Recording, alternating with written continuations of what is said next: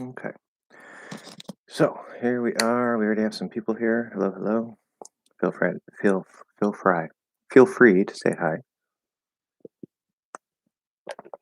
That's what happens when you try to say everything at once. Instead of feel free to say hi, feel fry. Yeah, that doesn't work. So, hope everybody's doing well today. Until we get some questions here, we'll bring up some comments from the last week. We reached over 1,900 subscribers. Yay! Almost at 2,000. Seems like just yesterday we were at 1,000. Where's that? That's weird.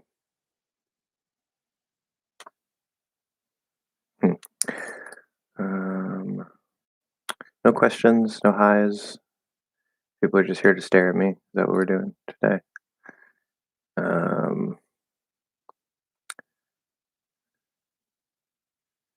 Anyway, I know I answered that. Why is this being stupid? My comments are being weird for some reason. But okay. Hello, David. I'm pretty good. How are you? Tell us everything. Congratulations on your subscribers. Well, thank you. Tell us everything, as in everything that's been going on, and why life is, well, has been less than perfect.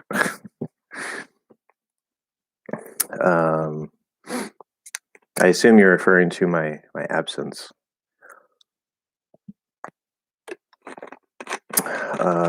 We could talk about that, but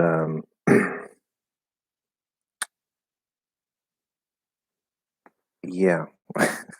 If you really want to know. So it's not anything super big or anything. I'm assuming that I overextended myself. Maybe it's something else. I don't know. But what are you drinking? I'm drinking something that's not good for me, of course. It's A&W root beer, but it's there's no caffeine because I quit caffeine like 2 months ago. And I guess now I can't say I quit caffeine because after about a month and a half, I brought in decaf tea, which I know has a little bit of caffeine, but it's so small that it doesn't really do much. And compared to how much caffeine I was drinking, it's essentially zero. So, but yeah, this is caffeine free. Of course, it has horrible sugar in it. Hola, Siden, ¿qué tal? Vamos a hablar en español hoy, ¿no? I tend to slur my Spanish. It's really hard to understand. You got a question for me? Well, that's good. That's what we're here for. Lay it on me.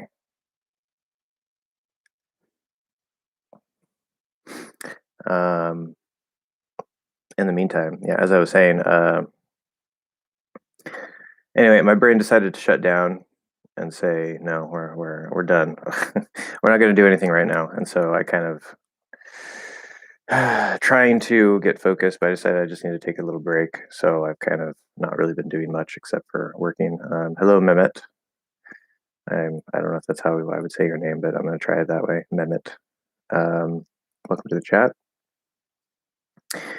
So I'm trying to get back to normal.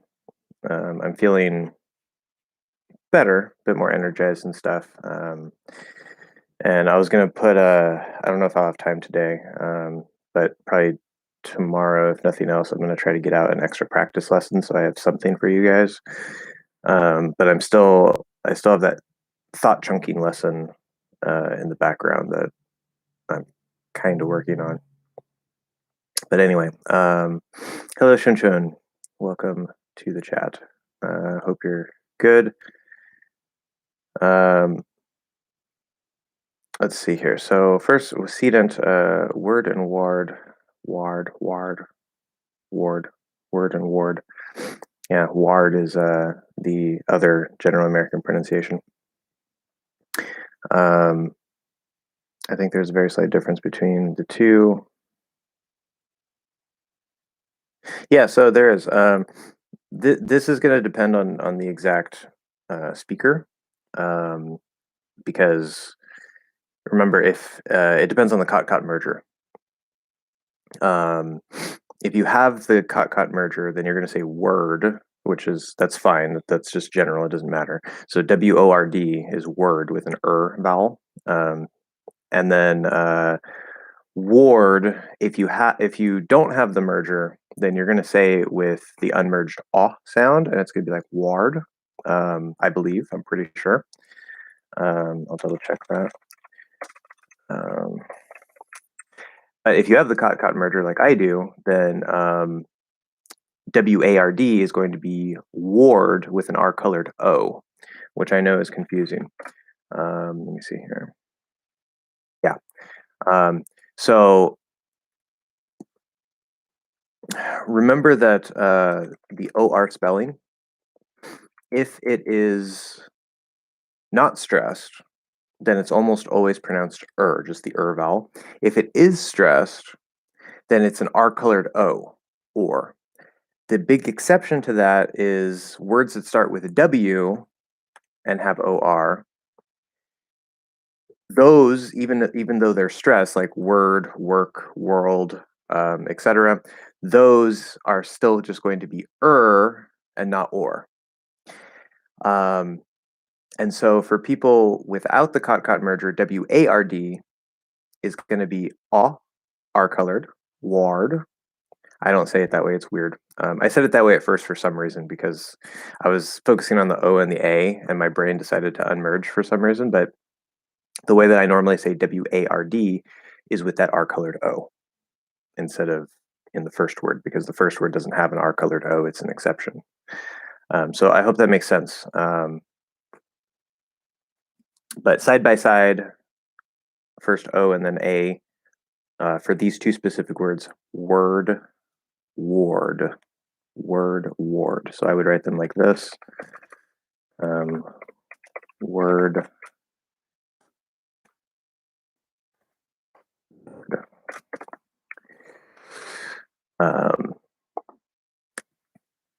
Okay. Anyway, Mehmet, what do you think about read aloud? So what do you think about reading aloud?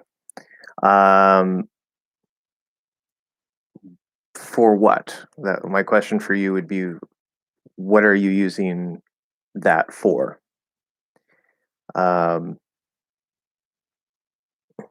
Like, will it just in general, or like for pronunciation, or for speaking, or what? Because I can talk about it in general. I think reading aloud does have some uses, but it's not one of my favorite techniques. I think that there are generally much better things that you can be doing.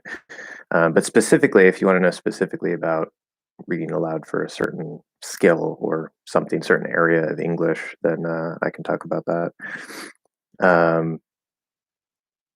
Okay, Shun Shun, what's up? Not much. How about you?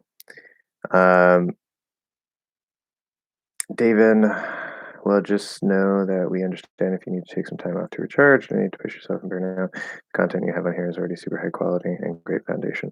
And a great foundation. Probably a typo there, but a great foundation. Well, thank you. Yes. I would disagree that it's super high quality. I do my best, but of course, I'm never satisfied with my own work. Yeah, I mean, I was going to say I don't really need to take time off to recharge, but that's kind of what I've been doing, I guess. I don't think of it that way.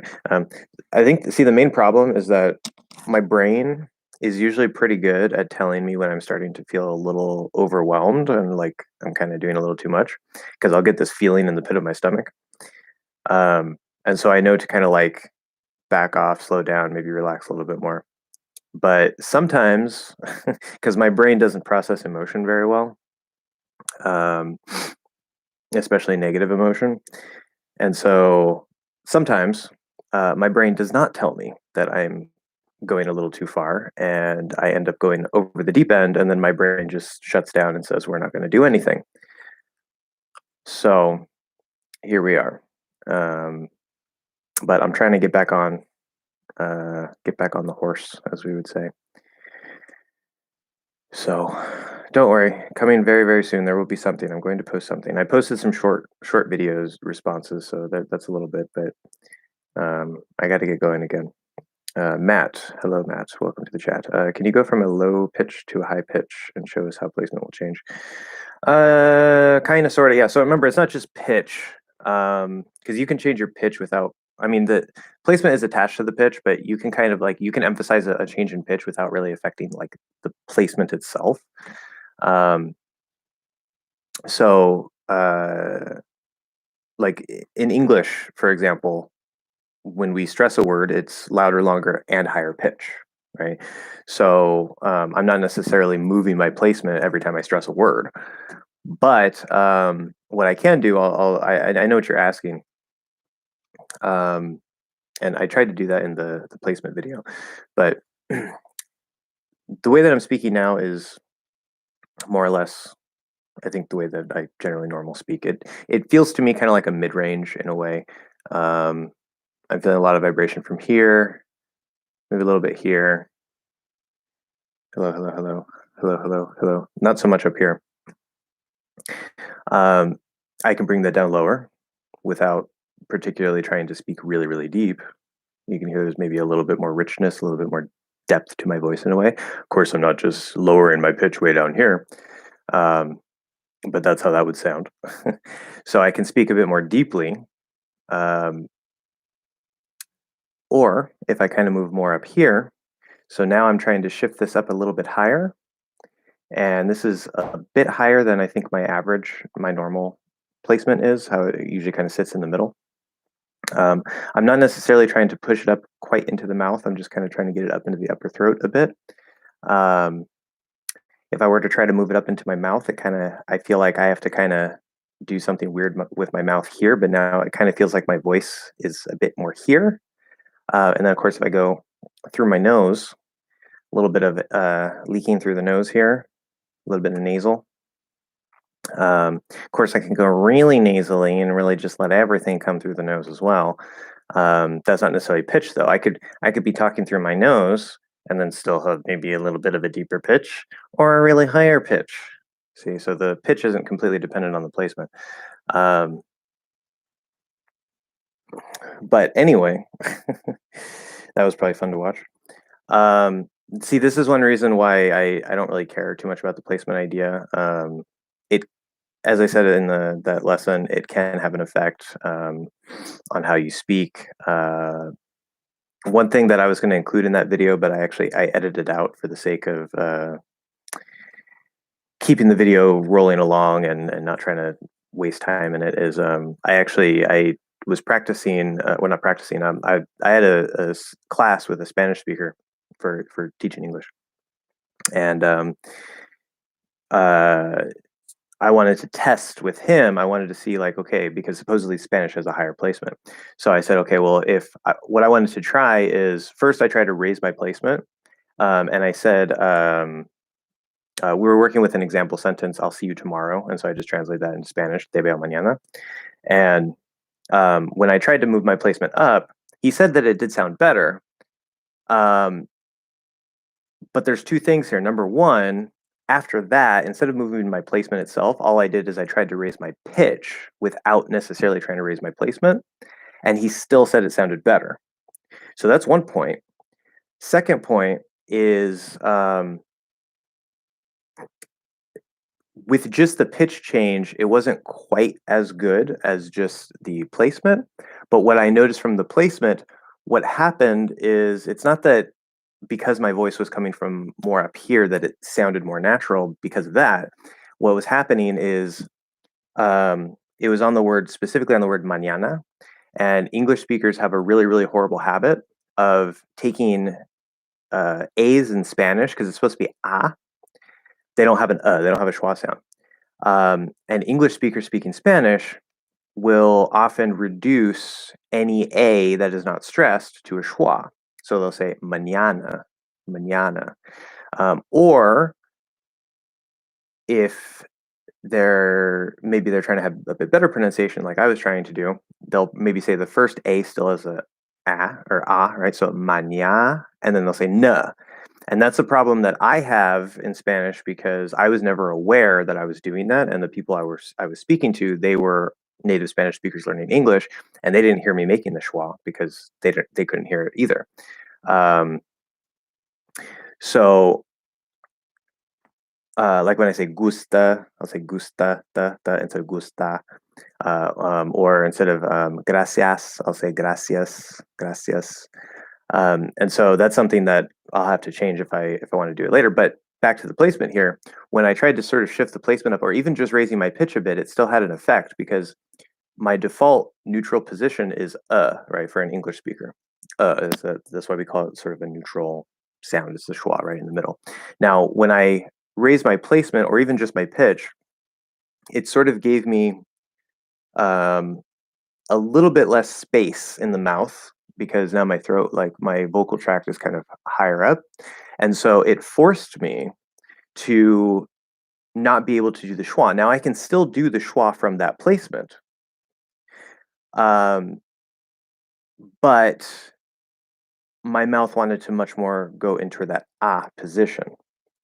And so I can do the with my placement lower, the Spanish and it sounds fine. I can do the with my placement higher, but that little shift in how I'm using my throat does make it a little bit more maybe easier, or tilts the placement in my mouth a little bit to make it maybe not go where it would normally want to go. And so that's why I say it can help you make certain sounds more easily, but it's not something that's necessarily required.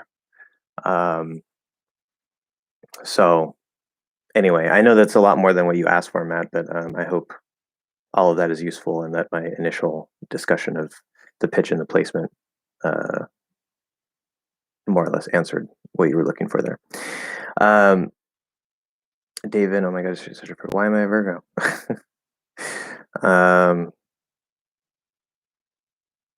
What did I say? I was saying something probably before I was talking about placement. I don't know. Why am I such a Virgo? Oh, it was because my brain doesn't process emotions very well, and all that. That's probably what it is, I guess. I didn't know if that's a Virgo thing, but okay, makes sense, I guess. Shun, I'm pretty good. I was thinking that sometimes Americans move too much, so move their mouth and jaw too much, not move too much their mouth and jaw. That's like a very Spanish word order. But yeah, I mean, depending on where you're coming from, but especially American English, we tend to be a bit more open-mouthed, a bit more lazy, and it's not like we're talking like this all the time, right? It's not that crazy, but yeah, we tend to get a lot of mouth motion, you could say. Seaton, do you invest in crypto? Oh, this is going to turn into a crypto channel. No, I do invest in crypto. Invest is a bit of a strong word. I have investments, but I don't regularly put money into it like I should. Pretty much all of my money right now is in Cardano, which all of my money is not a lot. I think it was like, a couple years ago. No, yeah, 2019. Because I'm a really big believer in the Cardano project. I think it really is going to be the Ethereum killer, or if it doesn't kill it, it's definitely going to take its own place alongside Ethereum. I know for a lot of people here, they're just like, "What the heck are you talking about?" I'll move on, but all I'll say here is a couple years ago, I put in I bought $92 worth of Cardano when it was like 4 cents each, and so obviously, Seedent, if you're asking, I'm sure you're aware of it. Yeah, so now it's like over $1, and so my $92 is like over $2,000 now, which is nice. But I'm gonna hold it until I hope that it's going to go to 500 over the next, like, say, 5 to 10 years. Some people say it's not possible for it to get that high, but um, if it hits 500, then I have $1 million, and that's when I'll sell. But um, I really believe in the Cardano project. Anyway, moving on. We can talk more about crypto if you want, but I'm sure a lot of people would just be really lost and confused. um, So Seedent has also noticed that Americans tend to move their mouths a lot. With a high placement, you have less space in your mouth. Exactly. Yeah, so that's what I was saying. So now you have less space in your mouth, like in Spanish, exactly. So you have less space in your mouth, but that doesn't block you from making certain sounds, um, which is one reason why I don't understand why Rachel says it's so important because, and I don't know if she's implying this or if maybe she specifically said this, but um, it seems to me that she stresses it so much because it's like it sets your vocal tract in your mouth to be able to hit the proper sounds and this and that and whatever. But it really doesn't because you can have any placement and still hit any sound. Like it just might make it a little more difficult to find the right sound, and so that's why I say it can help, but it's just one thing that you can adjust and sort of play with to see if it helps you get a better sound. Um, so anyway, does the second syllable of parkour rhyme with tour or core? Core. And what about the first syllable in gourmet? Tour or core? Same, core. Yeah, so tour is ooh, right? It's an ooh, and you can say tour like an R-colored ooh, or the way that I recommend it, because then you don't have to worry about an R-colored ooh. You can just say tour with a light or a small W between the ooh and the Um, but yeah, parkour is the same as core, and then gourmet, it's with a g sound, but it's the same or. It's an R-colored O, not a U sound. Gourmet. Good question. Felipe, welcome to the chat. Hello. Differences between wither, whiter, head had, bags, wet, back sweat. Okay, so I assume we're talking about the pronunciation here.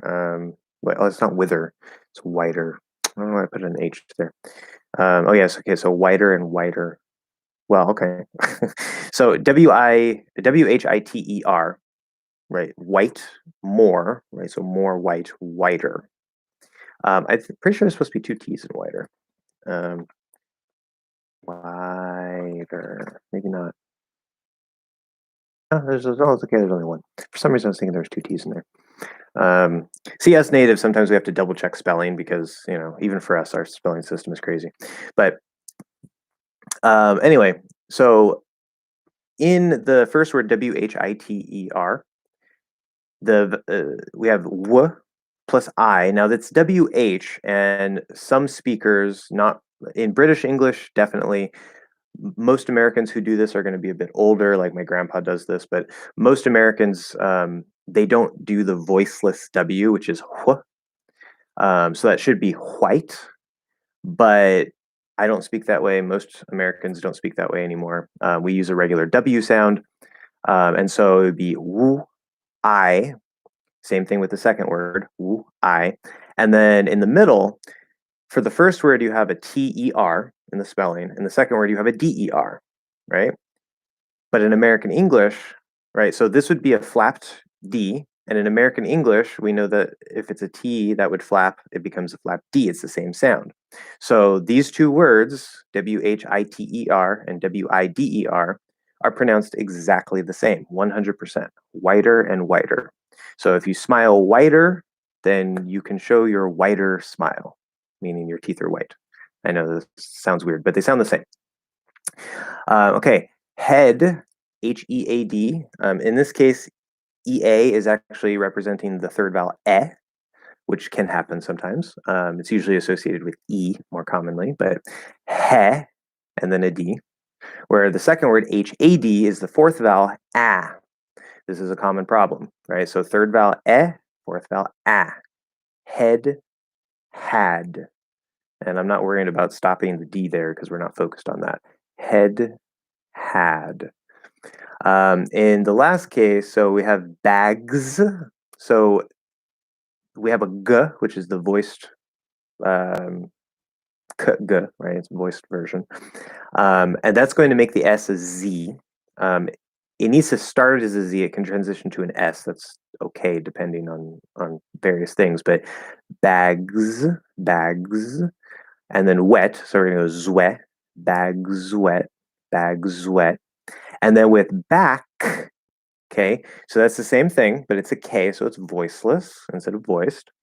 And because of that, that S, apostrophe S, is going to stay an S. Remember, one of the rules for the final S pronunciation, usually most cases, or at least very commonly, if the sound before that final S is voiced, it'll change into a Z.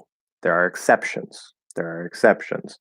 But it's a very common thing that happens. So we see with bags, it's changing it into a Z because of the voice G, and the voiced version of S is Z, so bags. But with backs, the K is voiceless, so the S stays an S, which is voiceless. And then we go to the W, so it's going to be back sweat, back sweat, bag sweat, back sweat, bag sweat. Let me not change my tone there. Bag sweat, bag sweat, back sweat, back sweat, bag sweat, back sweat. Okay, so it's just that little change. You're going to go g z and then flow into the W, or k s and flow into the W. So you didn't really relate it to what? Oh, probably the Cardano, because you say Cardano. I'm buying it right now. Yeah, yeah. Hodl Cardano. Hodl. Anybody who doesn't know what hodl means, I can explain it. But if you're not into crypto, then you're not going to care. Hodl. Hari, welcome. Yes, I just answered your question this morning, I believe. So welcome to the live stream today. Hello. Why do you say necessarily required when required itself has the idea of a necessity within it? Or did I understand? Yeah. So okay. So this is usually used with not.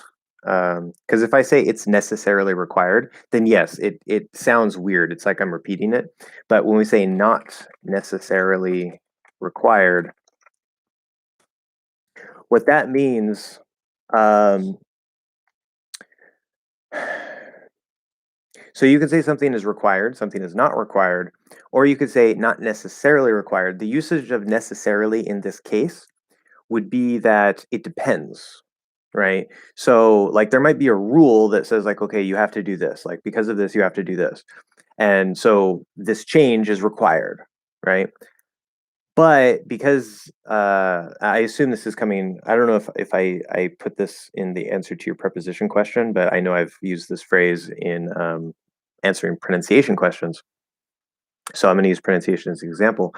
But like, for example, the NT plus vowel rule, right? So that says instead of saying want out or trying to flap the D, want out or something like that, here we wouldn't flap the D, and I recently explained that in an explanation, but it's a special case. But you could say want out, and do the T there, right?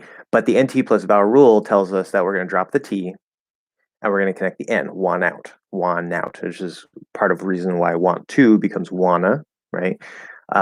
That's another special case because of the two, the T and two, but same basic idea.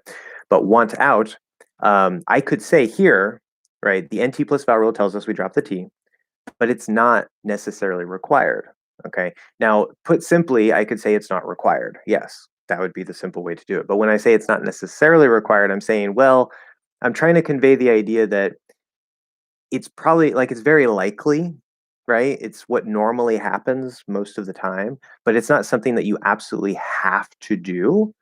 If you never use the NT plus vowel rule and you just connect the T, then it's going to stand out in your speech, and we're going to notice that you're not a native speaker, or we're going to wonder why you're clearly enunciating that link all the time. And so sometimes, even in the speech of native speakers, because American English has a dynamic range of pronunciation of what rules may or may not apply, and the full pronunciation is always possible. So it's okay if you sometimes say want out with a T, especially like if you're emphasizing, like I want out, right? In that case, it wouldn't be tout, it'd be want out, and that's okay. So there's numerous things that you might be able to do in one particular situation, depending on all the factors like the context. Are you emphasizing or not?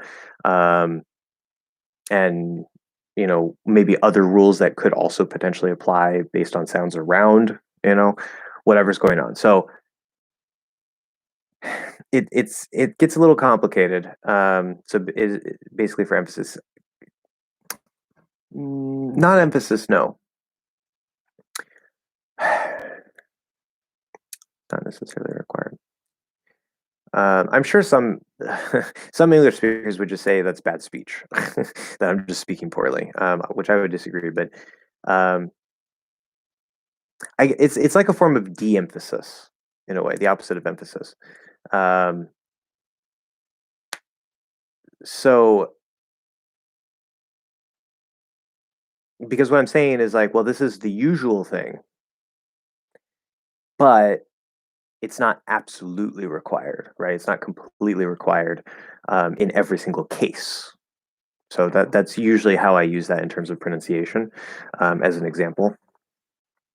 Anyway, so I hope that makes sense. It should make sense. Okay, back to where we were. Sedent, my friend's been asking me to buy I didn't Cardano. That doesn't make any sense, Sedent.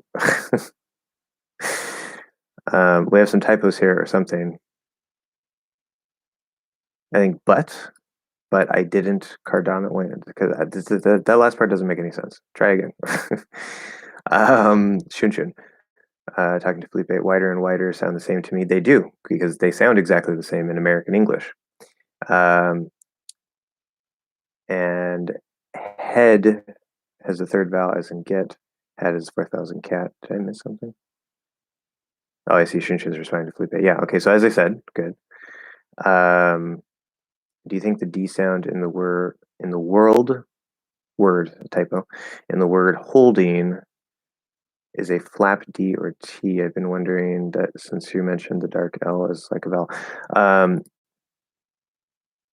Okay, do you mean flap D or T, or do you mean flap D or flap T? Because number one, it wouldn't make sense for it to just be a T. So I assume you mean flap D or flap T. But remember, I keep trying to emphasize this. In American English, because I don't know about British English if they use a flap T or whatever, but at least in American English, there is no flap T. Okay, there is no flap T. If you see something written with a letter T, sometimes it's two letter T's, that doesn't matter, and it has the conditions to trigger a flapped D sound, like where you would flap the D. So basically between two vowels at the start of an unstressed syllable. Then the sound that is created in American English is 100% exactly the same as what we call the flap D. It's the same sound. A lot of teachers use the term flap D and flap T, and they'll use flap D for if it's written with a D, and they'll use flap T if it's written with a T, but I don't do that because it's really, really stupid, confusing, and pointless, because it makes you think that there's two sounds when there's not. There's one sound. It's just the flap D, because in American English, it is a D sound. So just because it's written with a T, if it has the right circumstances to trigger the flap, just like the D would, then it becomes that flap D sound. So I don't call it a flap T. But anyway, to answer your question, yeah, let's see. Holding, holding, holding, holding. If I try to flap it, let's see, holding, holding, holding. If I'm speaking really quickly, yeah, you can kind of flap it. Part of the problem here is there's the E after it, which kind of makes it, I have to kind of like flap forward from that half L as I'm sort of like holding. And it's a little bit difficult here. If we did, for example, hold and holder. I can kind of really lightly tap it. It's because of the half L and because of how your tongue is with the half L, it is a vowel sound. And you can still do the flap, but it's going to make the flap a little bit different and it's going to make it harder to do. And so this is one case where you can do like a really light normal D unaspirated, right? Holding. And that's perfectly fine. And part of the reason for that is because the normal L is up here.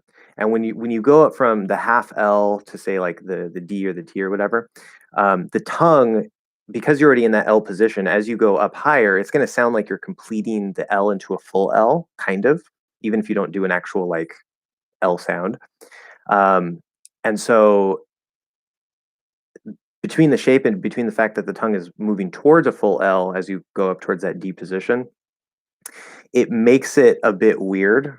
And we end up getting a little more solid contact, and then we push out that D, and it's a weird transition. So in that aspect, because I said as I said, you can flap it, especially if you're speaking faster. It does still work like a vowel, but because of where the placement of the full L is, it makes it a bit weird. Now, if I were to say, instead of say holding, if I do a different word with a different sound, whole, I don't know, wholesome, right? Wholesome. So this would be wholesome, right? Which you can say like family friendly, wholesome content, right? Like PewDiePie. Anyway, so whole, so I'm doing that half L. And then the L, yeah, I'm kind of coming up, but the S doesn't touch. And the tongue shape is going to sort of shift a little bit into that S. Wholesome. And I could do up here, wholesome, do a full L, but we usually wouldn't because we kind of have to go back into the S. And so here, I mean, it's perfectly fine, wholesome. But it's just because of where the D lands and the closeness of the full L to the D position that makes it weird.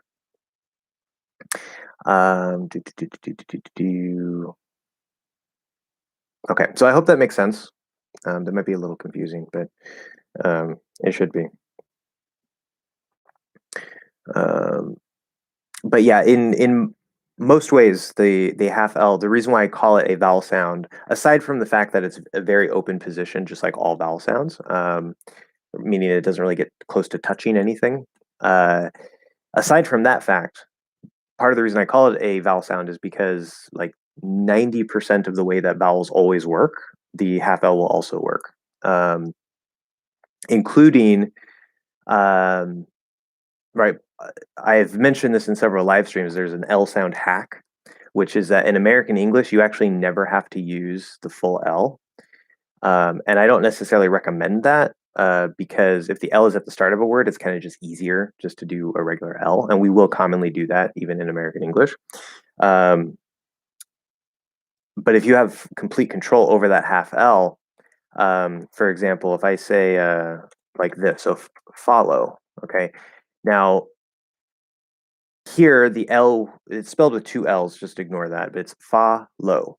So the L would be at the start of that syllable, right? And so we would say, okay, that's a full L. And that's perfectly fine. That matches British English. It works in American English. But another thing Americans can do, remember, vowels flow into each other. So we can easily link the ah and the o as if it's between two words with a normal L, fa-lo, okay? Or we can just flow between vowels, going from ah to half L, o, to o. Follow, follow. And that's going to be a lot harder to do. It's going to be less clear, even for native speakers, it's going to be less clear. But if you're speaking really quickly, I'll follow you. I'll follow you. Instead of follow you, I'll follow you. It's a perfectly good way to say the word, especially in fast speech.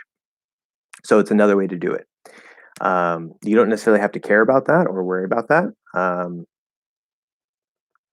But if you have mastery over that half L, technically you can just always use it. But you have to make sure that you have mastery over it and get feedback from somebody that you're able to do it perfectly. Because if you can't, it's really gonna mess up your speech, and you're just gonna be really unclear. So you have to have very tight control over that half L sound. Um, but anyway,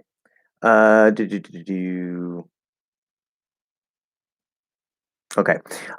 David, do you stress the first or second syllable in Mulan? Second one. Um, Mulan, Mulan. See, especially because you spelled Moo. That sounds like a lawn that a cow eats. Like if I had a cow and I had a lawn, it would be eating my grass. That would be awesome. I wish I had a cow. Um, yeah. So Mulan. Mulan. Yeah. I don't. Maybe some people say it on the first one, but I that sounds really strange to me. I would definitely put it on the second one. I tried looking up native speakers saying it, but to me, it just sounds like they keep going back and forth. I don't know. Have you seen Mulan? Have you seen Mulan?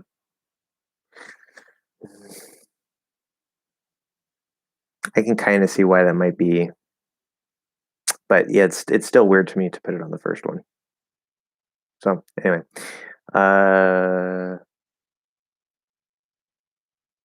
Sedent is from India. Yes, I see. He hasn't answered that. But yeah, Sedent is from India.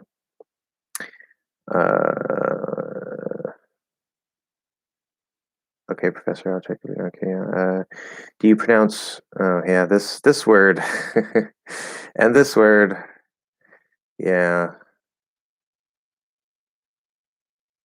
All right. Good question.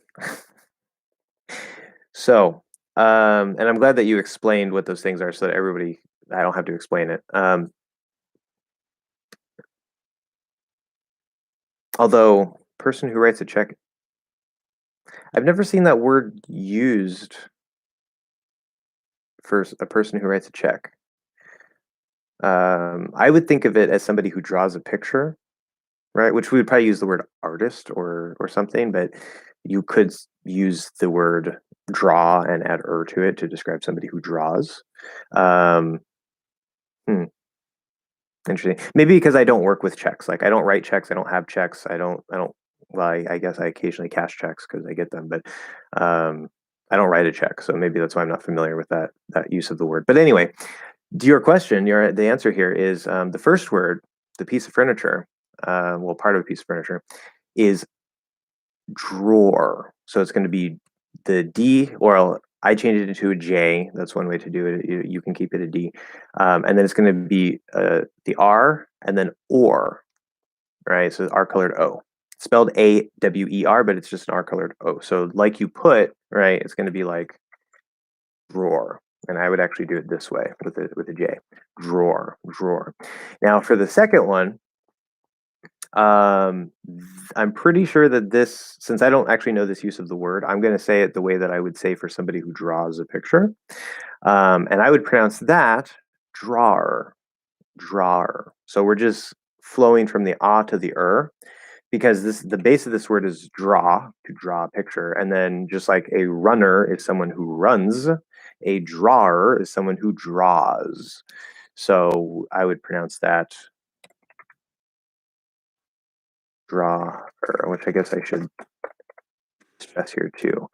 Drawer. And that's the English hack's ah, meaning the fifth vowel back here, not draw or something like that.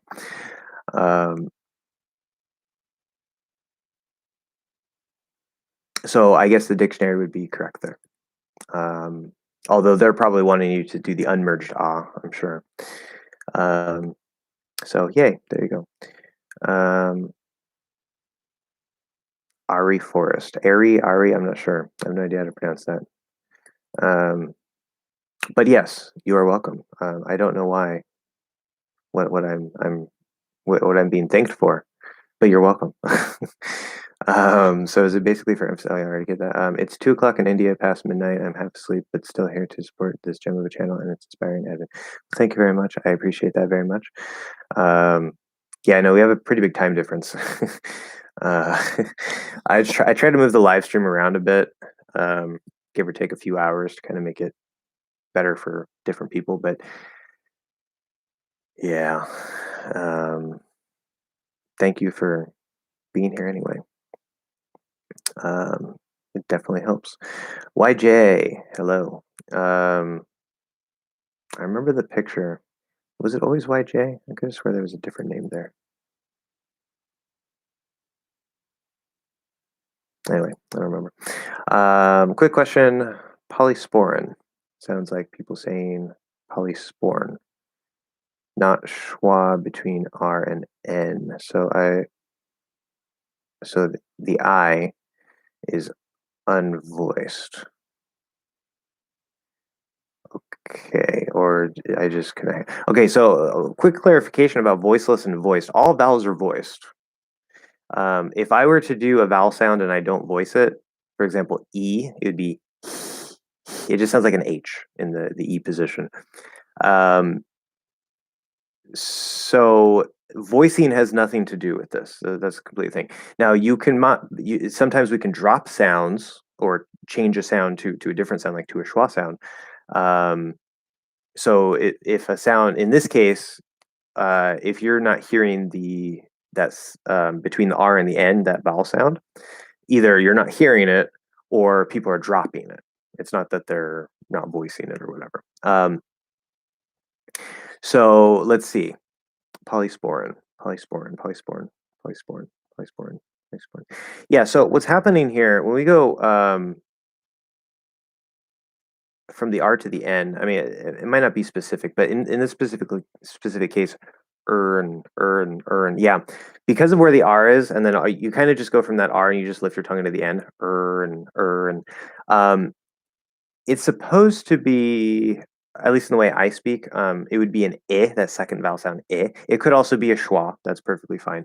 But the I, right, the is here, and then the N is here. Now the I is going to be up here, and the schwa is going to be below the So you could say polysporin, polysporan, but it's a lot easier and faster just to go straight up to the end. And so a lot of the times, especially as people are speaking quickly, that's what they'll do. However, polysporin.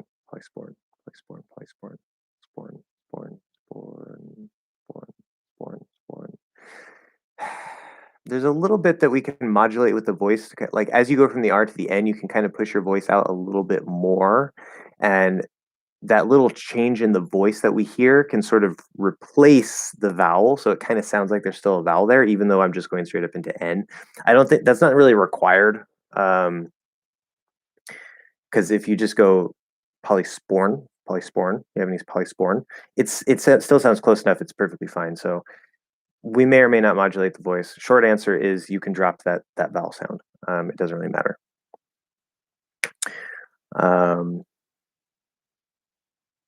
So yeah, if you're not hearing it, it's probably because people aren't saying it. But okay, Felipe, why do we say I am used to playing aptitude? This is a good question. I was waiting for this question. I was waiting for it. I answered a question similar to this before anyway. But it's always a good question. Okay, I'm going to come back to that because it's going to take me a second to explain that. Let me see if I can catch up here. That works to redraw, person who draws, drawer. Yeah. See, I didn't even know how to read it because I didn't know which one you were talking about. Drawer, person who draws. How do you say drawing, by the way? Just like that, drawing. So I don't say and I don't say drawing, because I do the in, drawing. It's very circular. It's ein, drawing. Talk about past. Okay, Matej, welcome to the chat.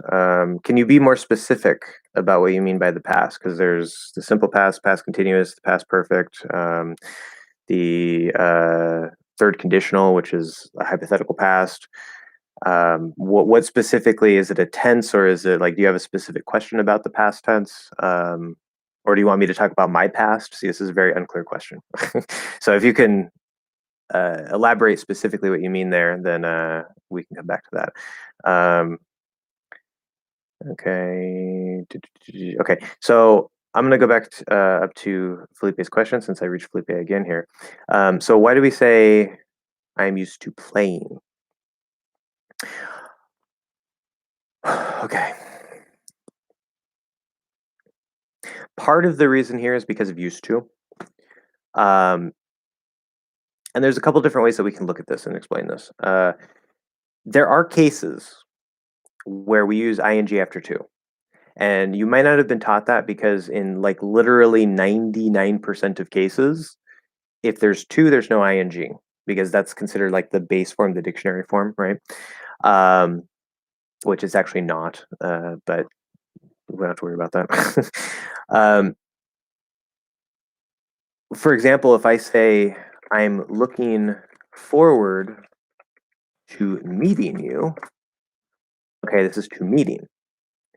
Now, in both cases, notice I am used to playing. I am looking forward to meeting you. Now, I am looking, there's ing because of the I am, but then forward to meeting. One way we can look at this is we're looking at it as a process, right? If I'm looking forward to doing something, I'm looking forward to that process of meeting you, right? Not just like action to meet, right? It's a process. It's a very subtle shift in how English speakers are subconsciously perceiving it. But specifically to your question, I am used to playing. So I'm used to playing games every day, whatever. I would say part of the reason here is because of the M. I am used to playing, right? I am playing. I am used to playing. It's normal. That process, I am playing, that process of playing is something that is normal for me. I am used to it, right? Now, if you use used to without the to be, that's a different meaning. Like I used to play, meaning in the past, it was a habit. So that's a different meaning of used to. And there's no ing there. But here we have I am used to playing. So that I think that's part of the reason is because of the to be. We have another one I talked about before. I'm close to finishing project.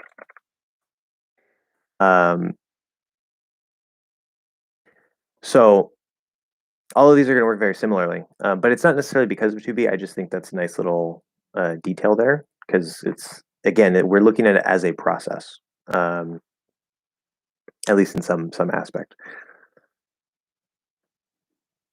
There's another way. I forget the other way that I described this, and I described it before. This is one of the random small points that took me a while to figure out in the book, and so sometimes when I'm asked the question, it doesn't come to me right away.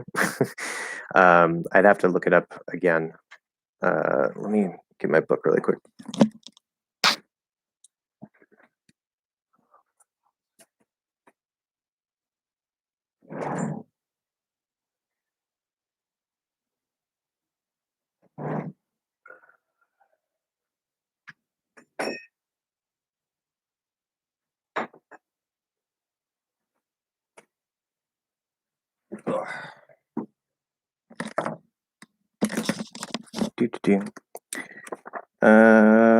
To see, because remember, guys, a lot of this, like I discovered the logic and I tried to explain it and as best as I could, but a lot of this is very unconscious, under the surface to me. So sometimes I have to go back and remind myself of exactly what's going on because I don't think about this stuff consciously. Okay, so I'm close to finishing the project. Let's see here.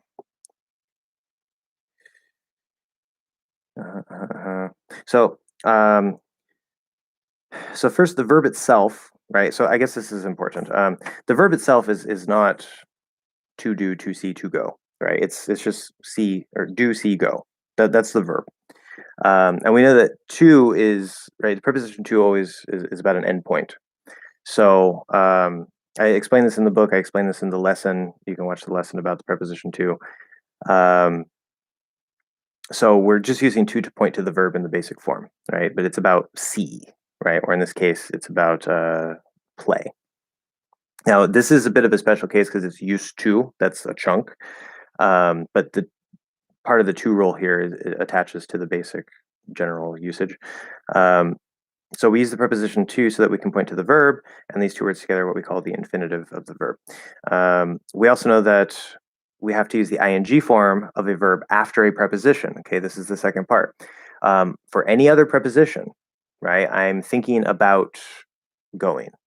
In terms of speaking, or I don't know, any preposition that you use, if there's a verb after it, it has to be ing. That's English. That's how English is structured.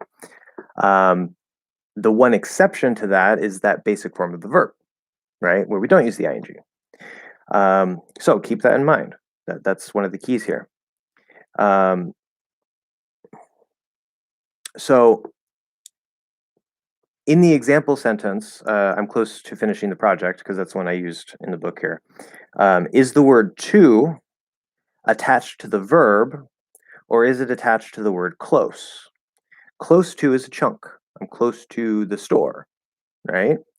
And literally what we're saying, right, if I'm talking physically, like there's me, there's the store. So my location from where I am to the endpoint of the store, there is not a lot of distance. So I'm close to the store in comparison, right? Now that's a physical case. If I say I'm close to finishing, here it's not to finish, okay? That's why. Because normally the to points to the verb, like to finish, to see, or I want to see, I want to finish. But in this case, in the special cases, like I'm close to finishing the project, I'm looking forward to meeting you, or I'm used to playing, in these cases, to is not attached to the verb. To is attached to the thing before the verb. So close to is the idea, and in this case, to is just a regular preposition. So just like any other preposition, we have to use the ing after to, right? It's close to finishing. I look forward to meeting you. Okay, forward to. Look forward to. That's a chunk. What? Meeting you. Okay. I am used to playing. So used to again is a chunk, and then we have a verb after it. Because for used to, you can also use a noun. Like I'm used to him. You know, whatever. Like just him being here. I guess the verb is implied, but so that's really the key there, right? That any other preposition, you have to use the ing after it. And so if the to is not actually attached to the verb, but it's attached to the thing before the verb, or before the preposition to, then that to basically points to that verb like any other preposition does. So it's still pointing to it like an endpoint, but it's a different endpoint because now it's just acting like a regular preposition because it's separate from the verb. So I know that can be kind of confusing. Let me know if that makes sense or not. But that's the way I explained it. I know it's a difficult point. Okay. Matej Jurina, still waiting for clarification about the past. I don't know specifically what you would want me to talk about with the past. So we can come back to that. Felipe, yes, thank you. You're welcome. Good. Also, Felipe, there's a song called "I Will Always Love You." Yeah, by wow, that's bad. Whitney Houston. I want to say Hillary. I'm like, no, it's not Hillary. Whitney Houston. Although I think the original version is from somebody else, but linking sounds, I will always love you. How can we pronounce it? Yeah. Well, let's think about it. So we have I, which is a vowel. Well, it's a diphthong, right? I. And then we have a W. So you can easily flow straight into that W. Because it's with the lips. We go into right? I, we. So there's nothing stopping that. It's just very flowing, right? The L, you could do a half L or a full L, but according to standard linking rules, we'll just make it a full L because it can activate and link to the next vowel. So lol. The start of always is an L-colored fifth vowel, all. Could also be an L-colored O, or some other options. That word is actually very flexible in the first syllable, but we'll say all. So I will all, I will all. And then ways, we have another W. So going from that half, well, the L colored fifth vowel, which goes ah, ol into the half L, we just go straight back into the lips. There's something in my throat. So I don't know what that is.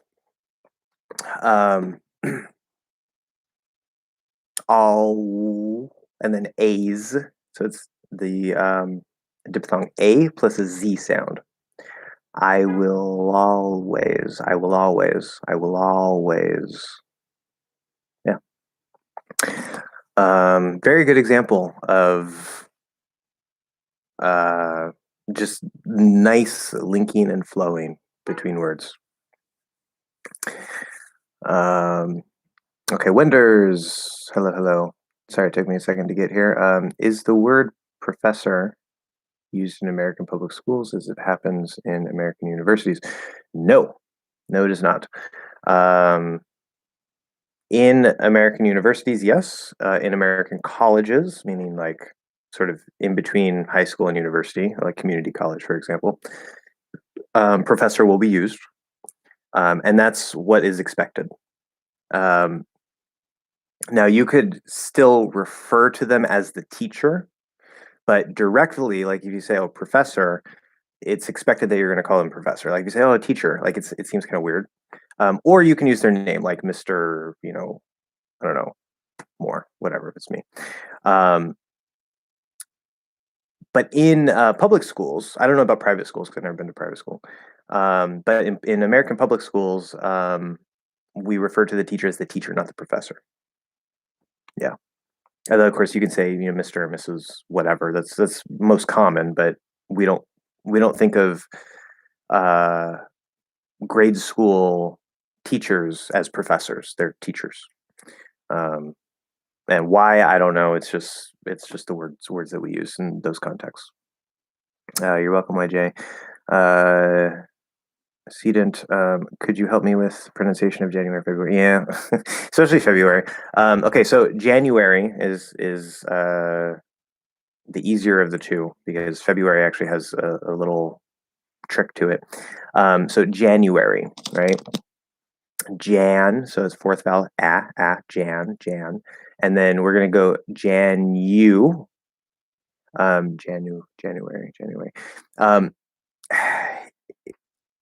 Well, okay, there's two almost identical ways to do this in January, and it doesn't really matter which one. If you're speaking faster, we're probably going to drop the Y between the N and the U. Instead of saying Janu, we're going to say Janu, but only in really fast speech. If you say that slowly and clearly, it's going to sound weird. So there's two ways there. Whichever one works better for you, you can pick. Just remember the speed element for dropping the Y. But the full clear way to say it would be Janu, new, which many Americans don't do for like the word new. There are Americans who do that, but there are many Americans who don't. To me, that sounds British. If I say new, no, I say new. But here it's fine. January. So Janu, we're close to that W because of the U. And then we're going to link with a small W, January. But it's January. So it's an R colored third vowel. January. You could maybe make it an R colored A, but as I talked about, you never have to do that. You can always just do an L colored third vowel, which I think is easier anyway. January. So it's just like where are you? January, you go into E.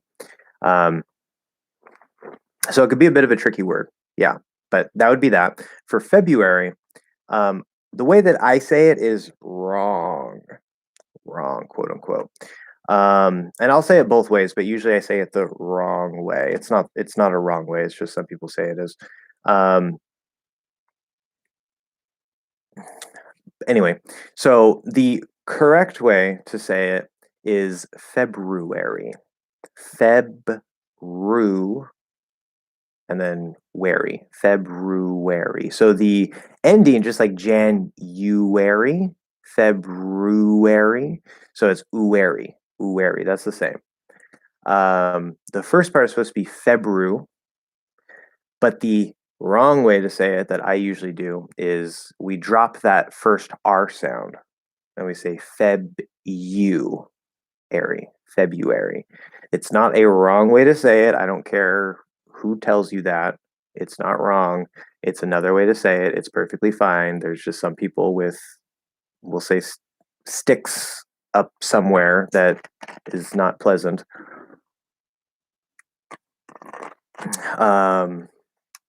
Trying to police the language. So you can, if it's easier for you to say Febu instead of Febru, which is easier to do even for me as a native, do it that way. There's nothing wrong with it. And if anybody tells you otherwise, send them to me. Okay. When you say I am, do you use, that's a good question, yeah. So most commonly, of course, we're going to contract to I'm. But there are cases, of course, especially maybe for emphasizing or whatever, where we can separate them. It's supposed to be am with the fourth vowel. But what you'll commonly hear if people don't contract it is instead of going all the way into am, we'll kind of reduce it to m. So it could be third vowel. So fourth vowel or third vowel, it doesn't matter. They're both perfectly fine. I am. You can also reduce it all the way to a schwa. Yeah. So there's three options there. Or Although the if you're really emphasizing speaking clearly, like you say I am, that's going to sound weird. So you have to kind of be speaking a little faster than that, not really emphasizing it. But M is perfectly fine. I am. Yeah. And then we're going to link a small y. I am or I am, either way. How would you pronounce the, oh God, the nogule and castaneda with an American accent? I have no idea what that even is.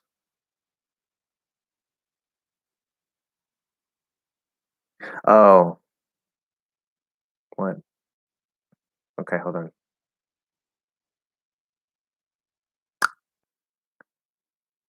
Yeah, I'm not one for technical terms. Okay. I think I know what nogule means. Okay.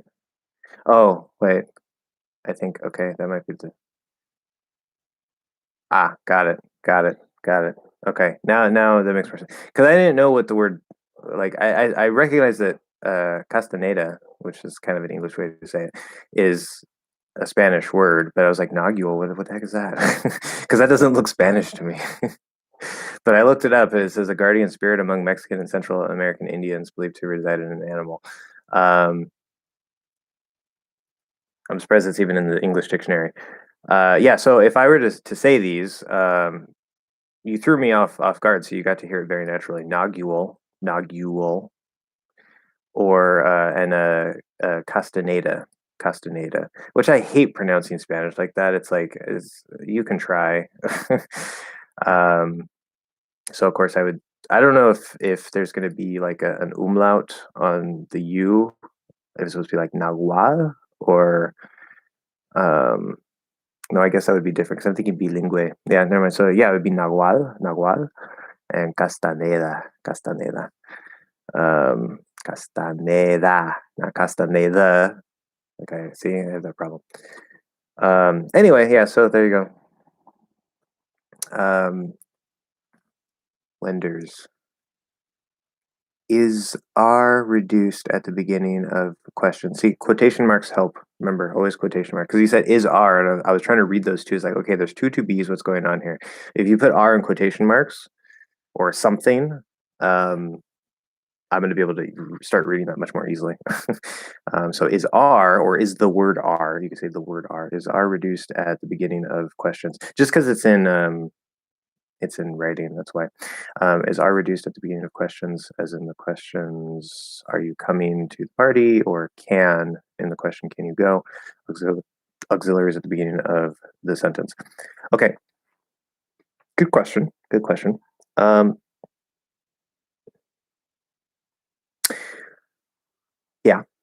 That's the answer, yeah. So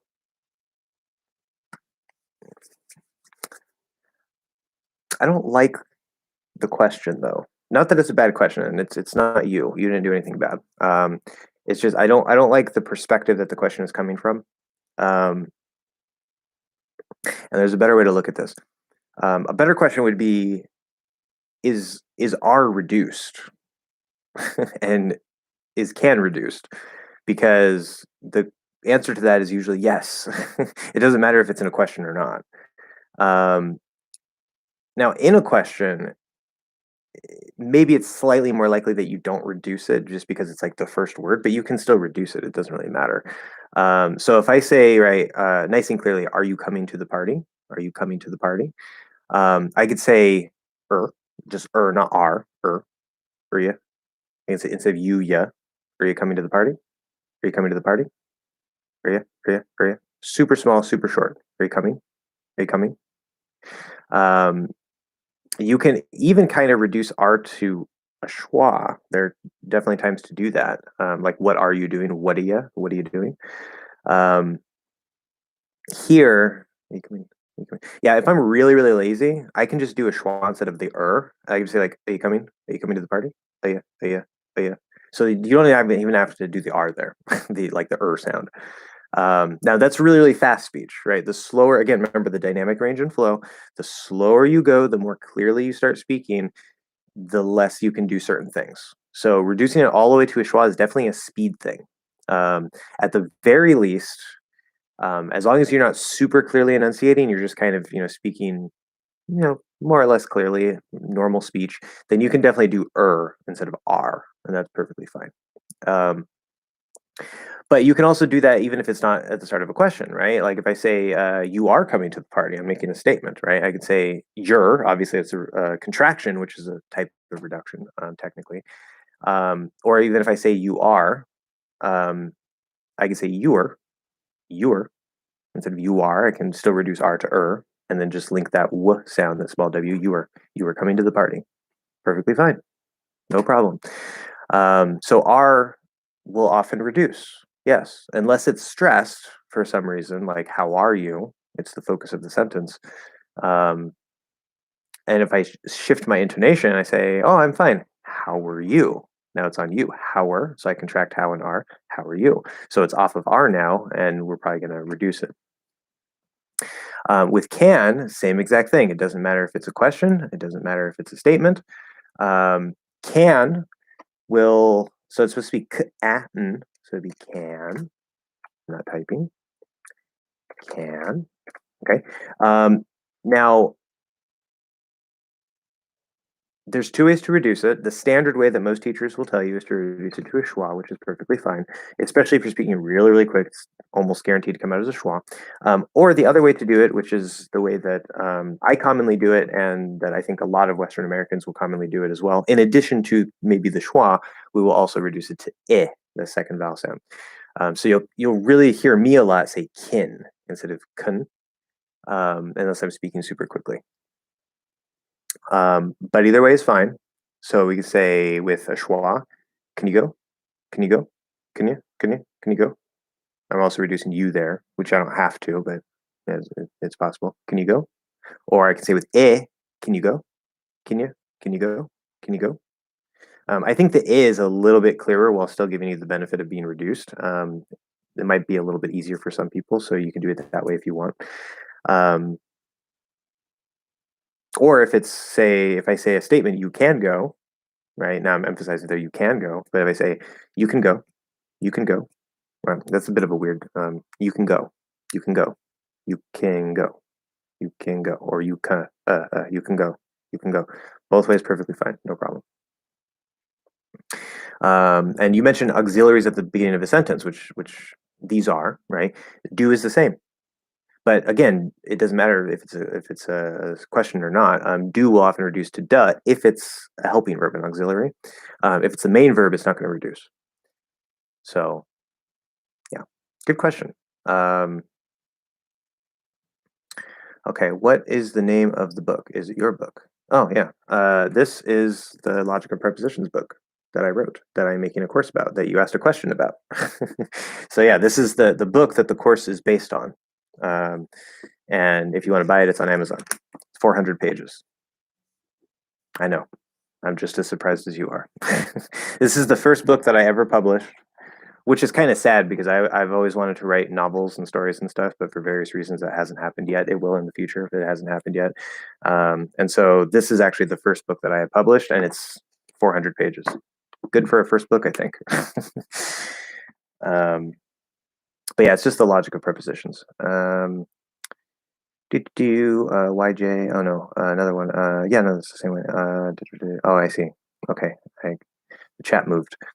Einsteins, welcome. You changed your profile pic. I think you changed your profile pic. It's hard to tell because they're really small circles. I think it's a different picture. Is I'm gonna reduce to I'm gonna. I think he's not pronounced. This is also a fantastic question. I've mentioned this before as well. This is the single most extreme reduced contracted thing in the entire English language. So I always like to lay it out, right? So if we don't reduce or contract anything, right? We have I am going to, and this has to be do something, okay? If it's going to a location, we don't say gonna. We don't say I'm gonna the beach. Okay, there has to be a verb after it, so that's important. But as long as there's a verb after it, okay, I am going to do something. Now, of course, we know that I and am will contract to I'm, so we have I'm going to, and that's one way to say it. That's perfectly fine. We know that going and to commonly reduces and contracts into gonna, so we get I'm gonna, which we would spell that way. Even though it's weird to write it with an O, we should probably write it with a U.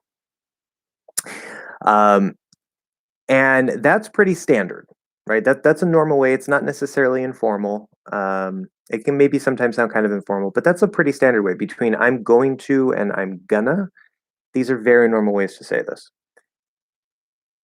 But this one is special, and we can actually reduce it even more into, there's actually two more. There's two more reductions. Well, number one, you can reduce it to what you're saying here, I'm gonna.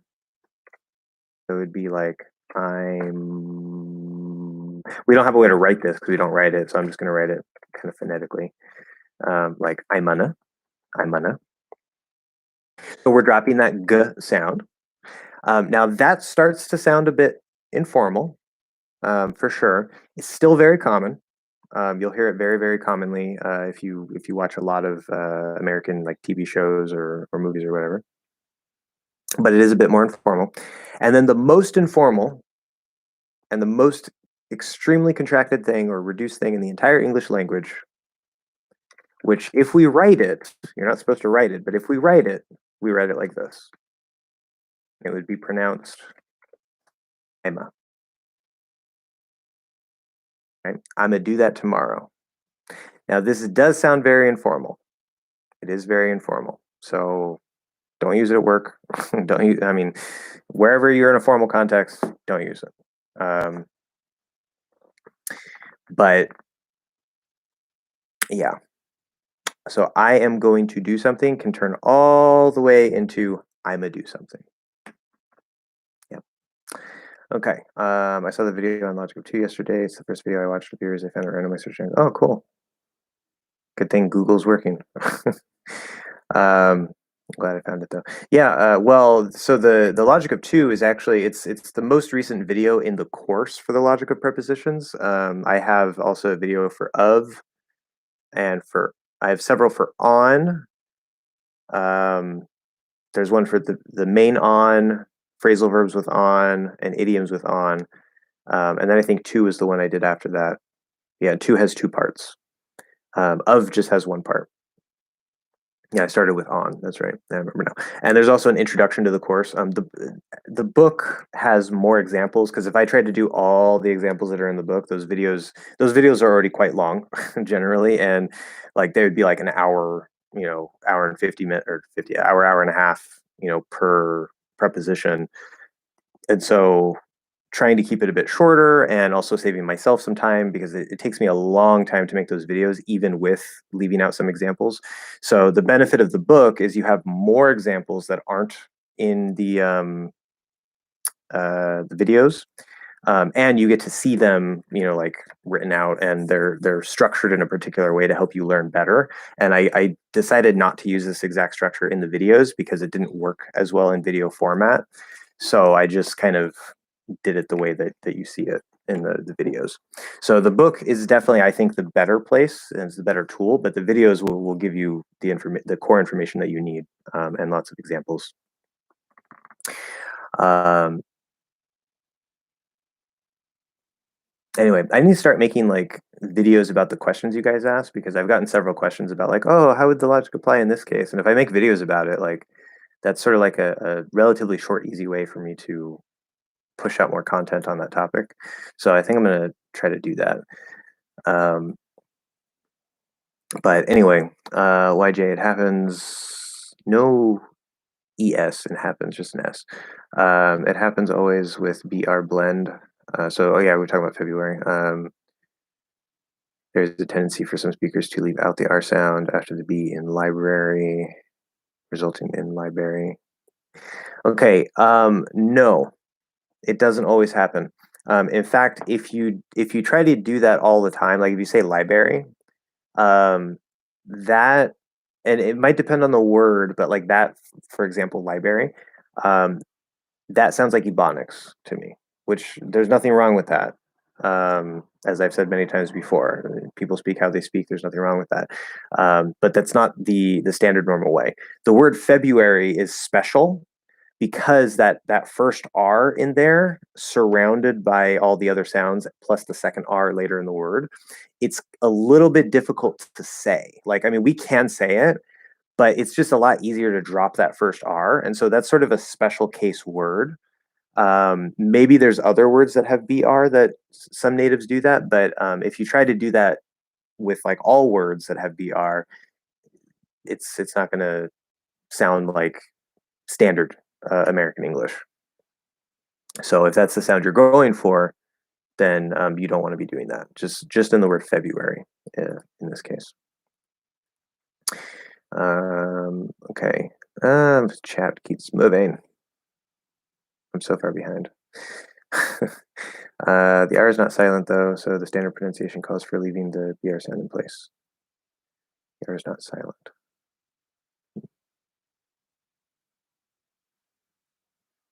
The R is not silent. I don't think we usually have silent R's, although there probably is one somewhere, because I'm pretty sure we have a word with like at least one word for every letter to be silent in English somewhere in the language. So standard pronunciation calls for leaving the BR sound in place. Yeah. Anyway, so well, for library, that's definitely true.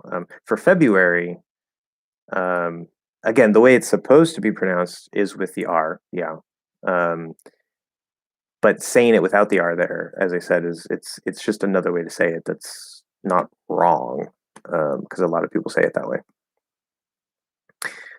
That's one thing that bugs me because I stumbled upon, I don't know how, for some reason YouTube recommended it to me, but I stumbled upon a video from some teacher on YouTube, and she was saying, she was talking about, I think she was talking about like commonly, or not, they're like mispronounced words or something. I don't remember exactly what it was called or what it was about, but she was talking about like mispronounced words, and for some reason I clicked on it because I think in the thumbnail it had a particular word that I was like, really? So I decided to watch it, and I remember specifically the word mischievous, which if you don't know that word, it doesn't matter. But the right way to say it is mischievous. And a lot of natives say mischievous, which, if you ask me, is not wrong. It's another way to say the word. That's perfectly fine. But the correct way to say it is mischievous. And I really hate that because it feels, I mean, like, yes, there is like a right way and a wrong way to say most words. And if we're talking about like in standard English, and we're not talking about like, certain dialects or this, that, or whatever, And by standard English, I mean like general American, which covers the country, not just a small little part of the country, like I talked about in my other video.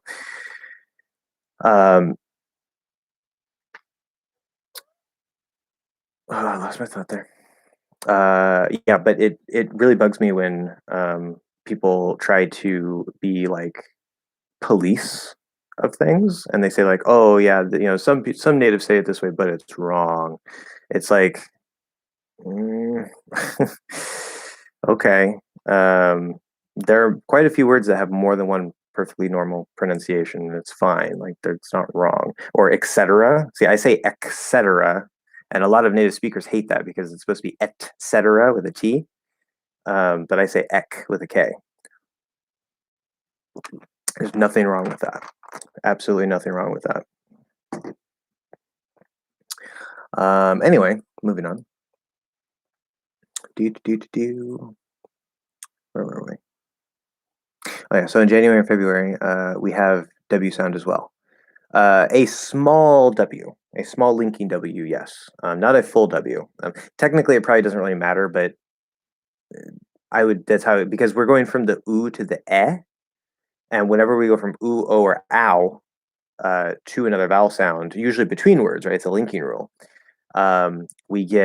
We're close enough to the W that we don't go all the way. We don't say January, like January, or February.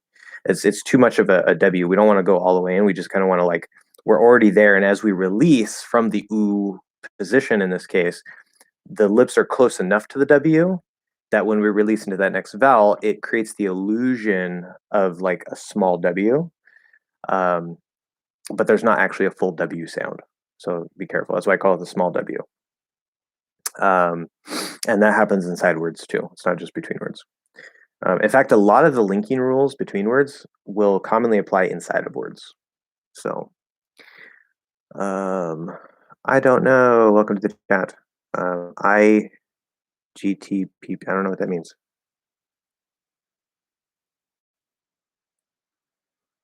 I'm really confused. Okay. Wait. Okay. I get what you mean about the dynamic thing, but can you give at least a specific statement in which stopping the KTP, TGD, BD ending clusters? I'm not. Is that related to the question that you asked before that I haven't answered yet? Because I'm not quite. I don't remember what that was specifically, and I'm not sure what that is here. I think it was like, for example, like in kept, we can just stop the P and say kept. I think that's what you're referring to. So yeah, clarify that for me. We'll come back.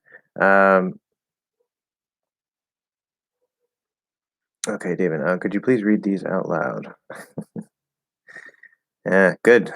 So I was just talking about multiple pronunciations of words, right? So, okay, in the first one, we have apricot or apricot, which I will say both. I usually use apricot, which is not a word I usually use, but I like instead. But apricot is perfectly fine.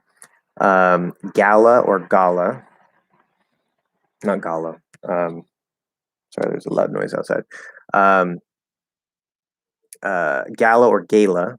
I don't like gala, but that's another way to say it. It's perfectly fine. Pecan, which is how I say it, or pecan, which is very strange to me. That's perfectly fine. And then shaman. Always see that A in man, and I want to say shaman, but it's we don't say it that way. It's just that's how my brain wants to read it. Shaman, or the way some people say it, which I think is weird, but is fine. Shaman. Yeah. So I would say apricot, gala, pecan, or pecan. The first one can be E instead of and shaman.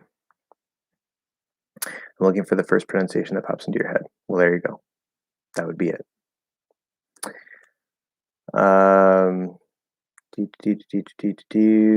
Pronunciation of reference, like that. I always like those questions because I just say the word. Yeah, so it's not reference, so don't say it that way, because then you're stressing the wrong syllable. It's reference. There's no e there.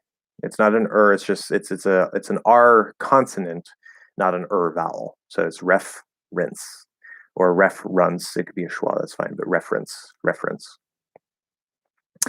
Of course, the verb would be refer, which is based on it, and that does have an in it, right? But that's different. Can the H in childhood or neighborhood disappear in faster, sloppier speech? Childhood, childhood. Walk around the neighborhood. Yeah, perfectly fine. In fact, remember, H's like to disappear. This is kind of a special case because it's in the middle and it is stressed. Secondary stress.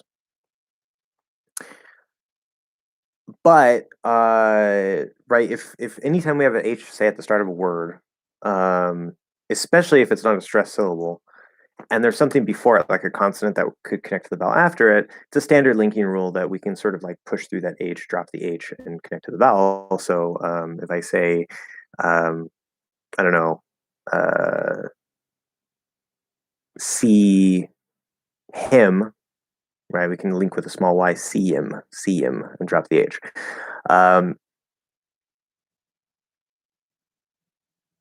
And then even if it's stressed, it's a little more likely we're going to keep the H. Like if I say, see you at home, right? See you at home. See you at home. That's a perfectly fine way to say it. Stop the T, push out the H. Or I could say, see you at home. See you at home. See you at home. And flap the D connecting over between A and O. See you at home. Perfectly fine, especially in faster speech. So there's not necessarily a perfect answer there, but if you're speaking more clearly, of course, yes, we want to keep those H's. If it's faster speech or sloppier speech, like you're asking here, I would say, yeah. Like I could say, well, back in my childhood, instead of childhood, or I don't know. I was just walking around the neighborhood, instead of neighborhood. Yeah, no problem. Felipe, oo as in boot follows a different pronunciation as the verb cook. Yes. Why?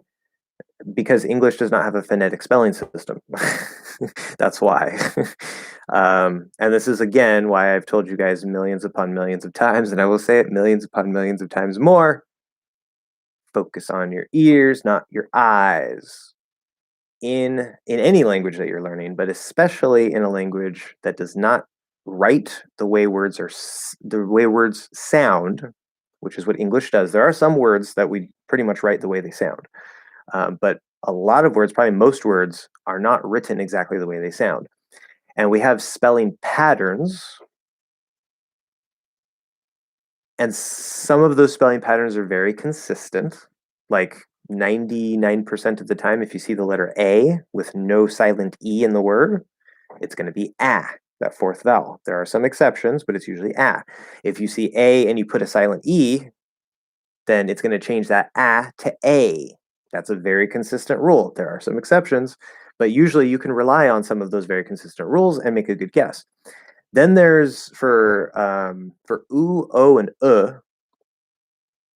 the last three vowels on the chart, the spelling patterns are all messed up.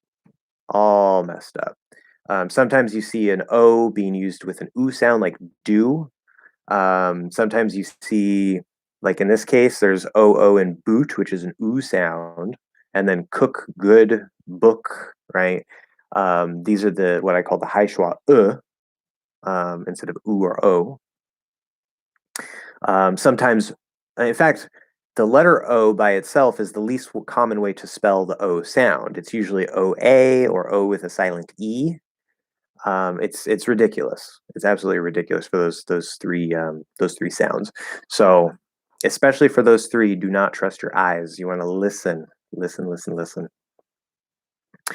But the real reason why, aside from, I mean, like, why don't we have a phonetic writing system? One, because it's never been reformed. Like I know in France, I think in France, but I know in Germany and Spain, in the last, several decades or whatever, they did spelling reforms where they sort of updated and, you know, brought spelling in line with, certain official rules and this and that. But English never went through that process.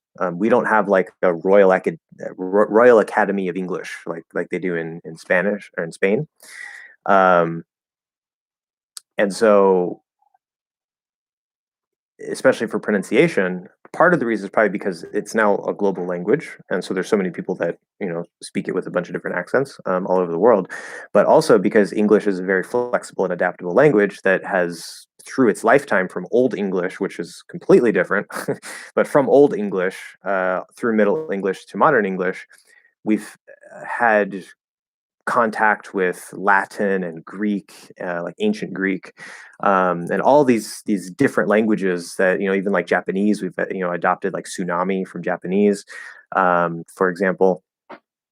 That over time, spelling just gets really really messy if it doesn't get reformed and brought in line. And in fact, back in I think the 1600s, just a few hundred years ago, there were people like we didn't even have a spelling system at all, really. People like if it was an u sound, some people would spell it with a letter u, some people would spell it with like two o's, because they thought that that's the best way to spell it. And eventually we did get some consolidation and we said, okay, this word is going to be spelled this way. But in terms of the spelling patterns to match the sounds, that never really happened as like a simple way of like, okay, this spelling always matches this sound, period. We never did that. So that's why. Okay, David, I've definitely started picking up on, wait, on just how, oh, okay. You put is in there. I think there's a typo there. That threw me off. I've definitely started picking up on just how weakly articulated R's can get in unstressed syllables and lazier, faster speech. I never gave it much thought, but now I hear it all the time. Yeah, yeah. The R's, that's something that I've noticed as well relatively recently. The R's can get pretty weak in faster speech. They don't disappear. Occasionally, right, you might be able to reduce all the way to a schwa, like R can potentially reduce to a schwa, the UR, whatever. But just R's in regular words, if you're speaking quickly, and they're like the R vowel sounds, they're not going to disappear like British English, where they don't even have the R vowel sound. So they have to be there, but they can be very weak. Yes, very weak and very light.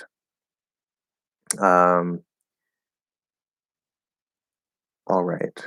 Some native speakers actually move their tongue into the R position, half articulated, and then transition into the vowel. Others full on drop it and say like, well, that is slang. um, that's a slang way to say it. It's very, very informal. I, yeah. That sounds, we would say, it sounds kind of ghetto, is one way that we might try to describe that. Which I mean is perfectly fine. There's nothing wrong with that. I personally don't say it that way, just because I don't. But all right, all right, all right, all right. One thing that a lot of speakers will do, though, instead of saying "all right," where we have like the L-colored "ah" followed by the R, say "all right," which is perfectly fine. We could do that. That's the full way to say it. What we'll actually do is we'll, instead of making the L-colored fifth vowel "all," we'll just do a regular fifth vowel and go to the R. So we'll say "all right, all right," and it makes it a little easier to say. So that's a common reduction for that word. But dropping the R, that's something that's more informal and that not everybody does.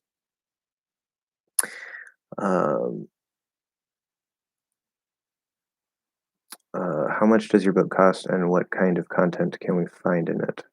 Oh, how much does it cost? I think I don't even know. I have it. It's relatively cheap. We'll put that. It depends on if you want a physical copy or an ebook, because the ebook is obviously cheaper. It doesn't have to be printed.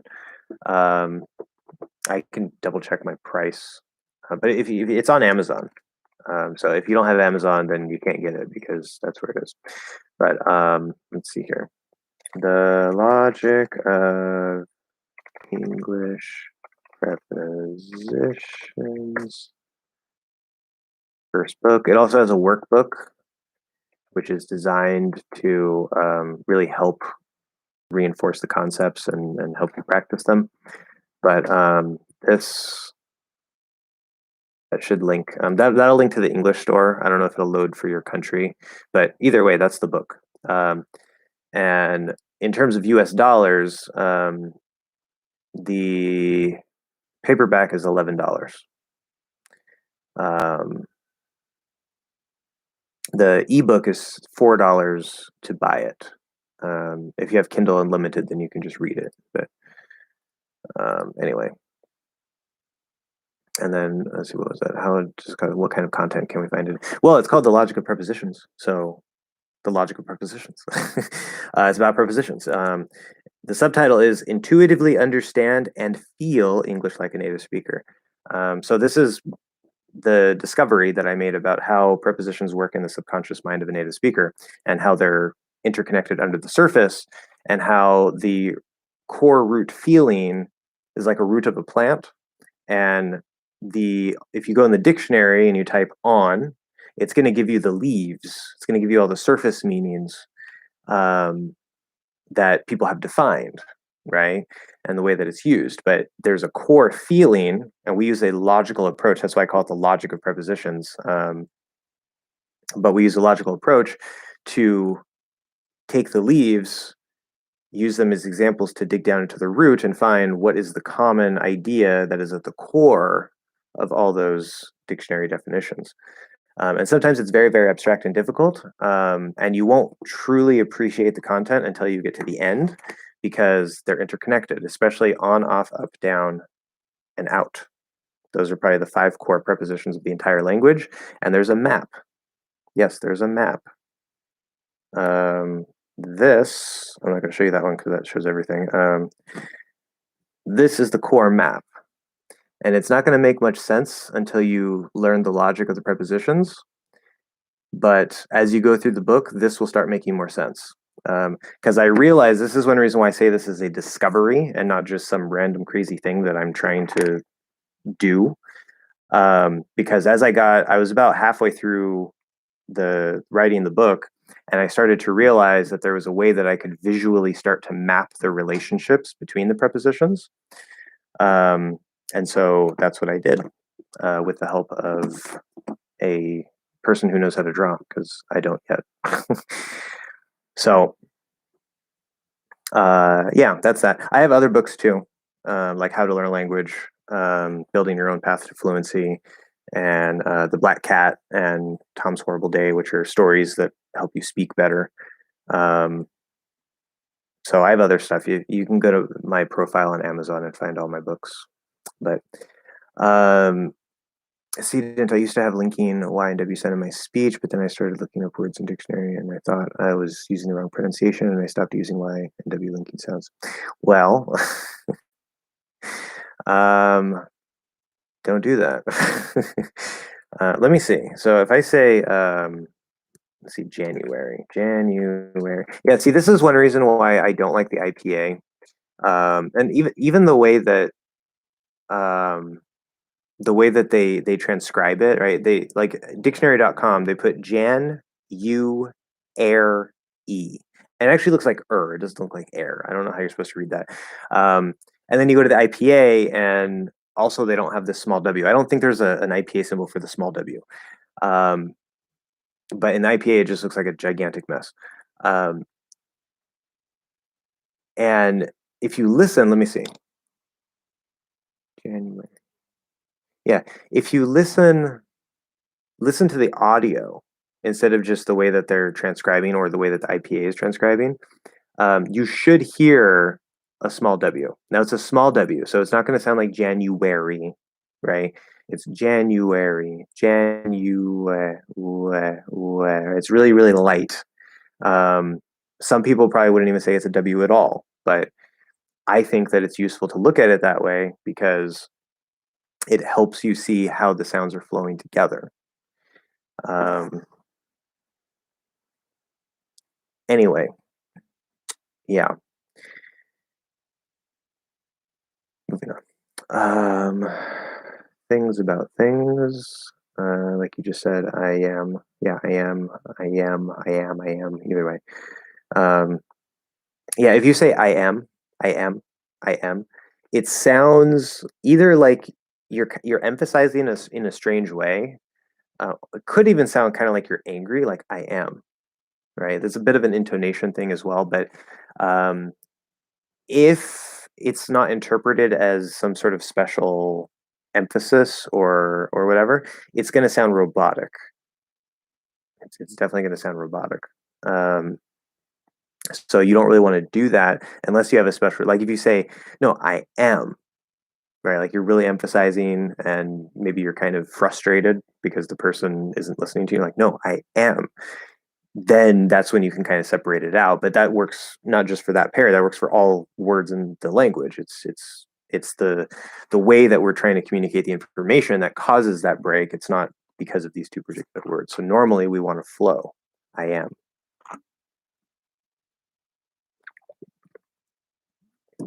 Anyway, okay. So I don't know. I get what you mean by the dynamic thing, but could you at least give us about consonant about stopping consonant ending clusters like BD? Um, okay, I'm just going to take that to be what I talked about before. Um,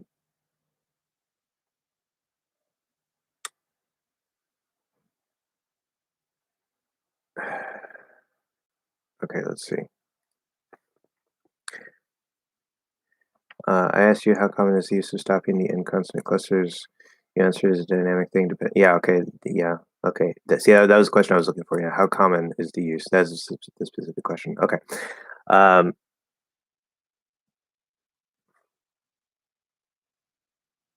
yes.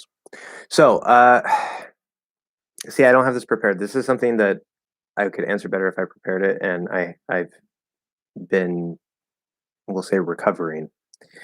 Um, but I'll try to address that here.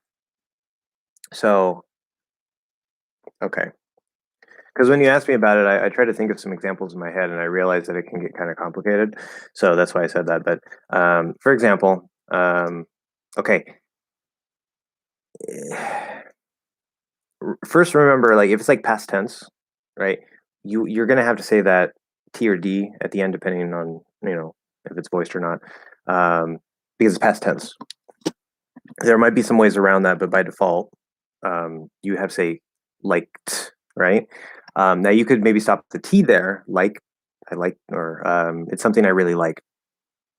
But especially because of the K and the T, it's like it's not really clear, and so we're probably going to hit out. We're going to push out just a small T, right? Like unaspirated, liked. Yeah, it's something I really liked, liked. So that's so that the past tense is clear. But normally, like if I say, let's see here, KT, PT. Let me think of words. So K and T, the letters probably don't go together. Kick the ball, kick the ball, kick. Okay, this actually, yeah. Let's stick with this for a second because this. So if I say something I liked or I liked it. See, now that T turns into a D, we're not going to stop it because of the K there. It's kind of weird. If you try to stop the K in that case, it's going to sound present tense. I like something I like. Um, but if I say I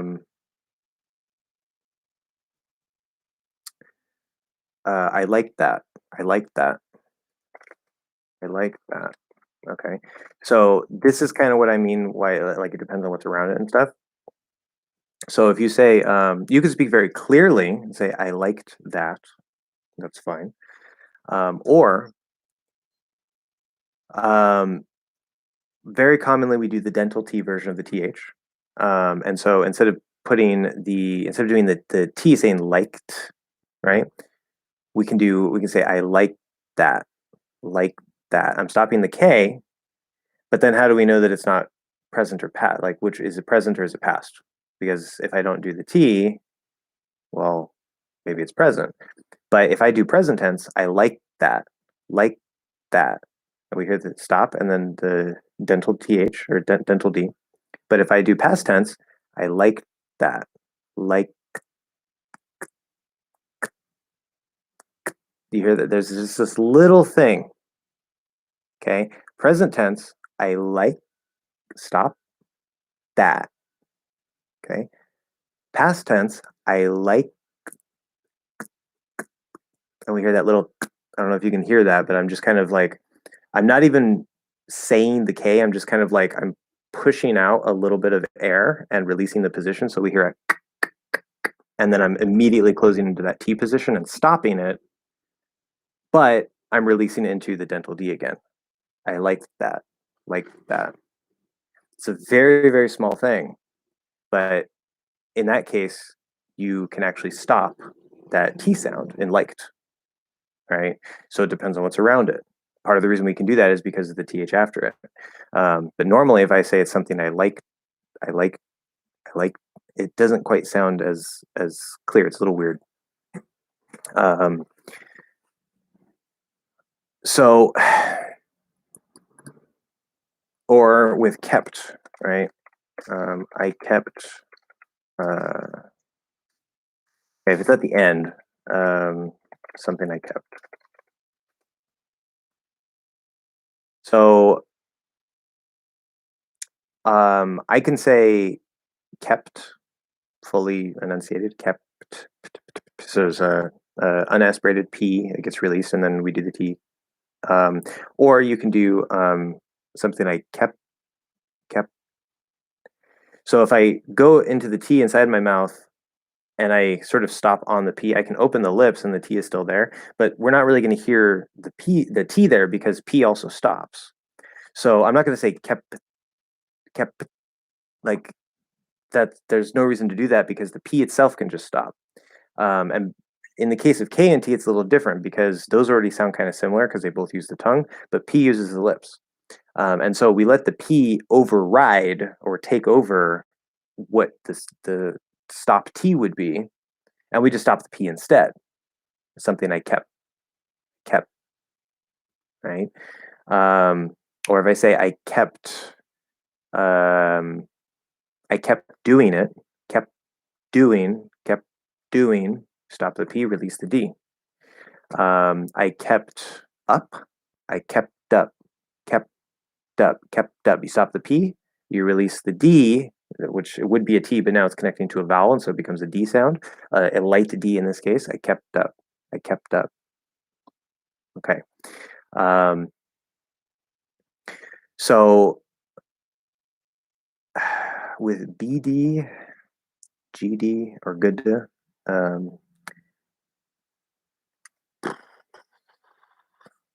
okay. One that comes to my mind for BD is stabbed. That's probably not a good example.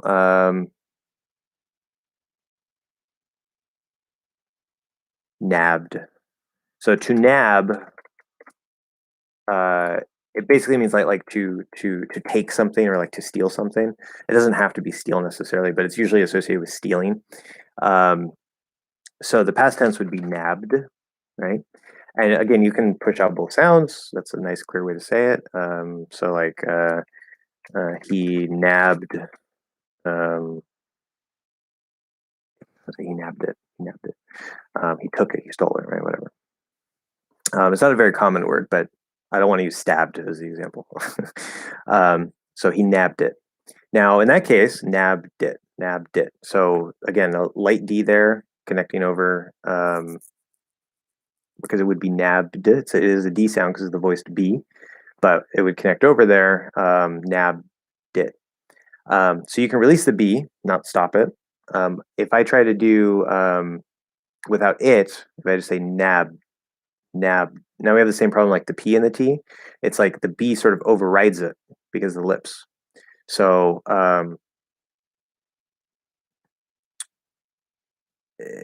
in cases like these, because there's nab, right? Keep is the present tense of kept, right?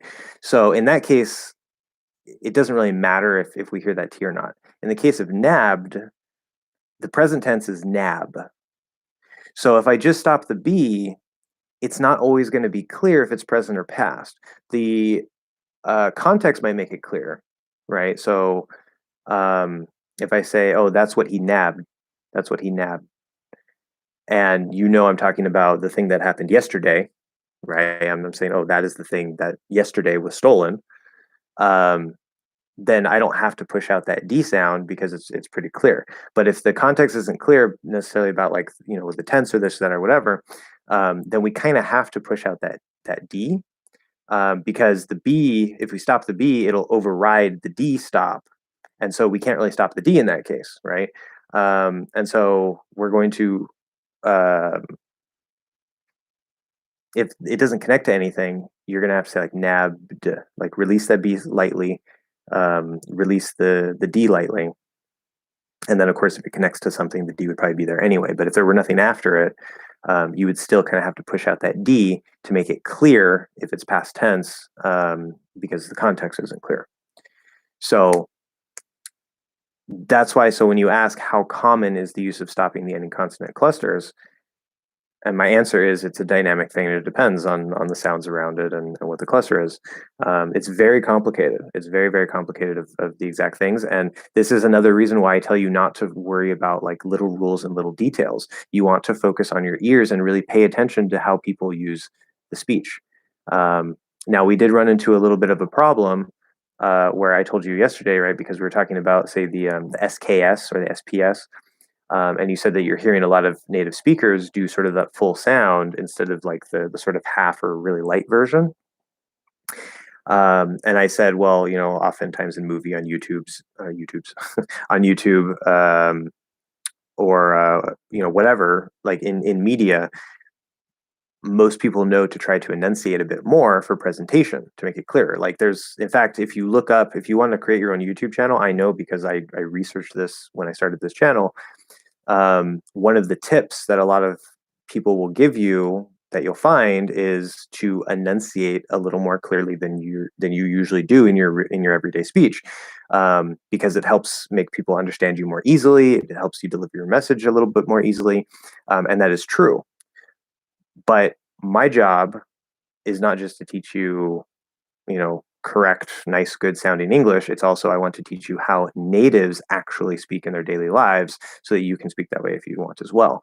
And so sometimes the media that you listen to for little certain details won't actually give you a lot of opportunity to hear it. And that becomes a problem, which is why you have to try to interact with real people, right? You need to find like a conversation partner or a teacher and have them tell them specifically, I want you to speak naturally with me. Don't try to enunciate, just imagine I'm just another person. I'm not an English learner, and just speak the way that you normally speak. Because teachers also go into teacher mode. Like right now, you're going to hear certain little tiny, tiny details if you pay attention that, I mean, I'm speaking pretty normally, pretty nice, but I'm aware that I'm talking to English learners. And so this is probably about like 95 to 98% the way that I would normally speak. It's like almost the same, except I'm a little bit conscious of, maybe I'm not stopping so many sounds at the end because um, I have this little subconscious thing in the back of my head, like, oh, you're talking to people who aren't native speakers.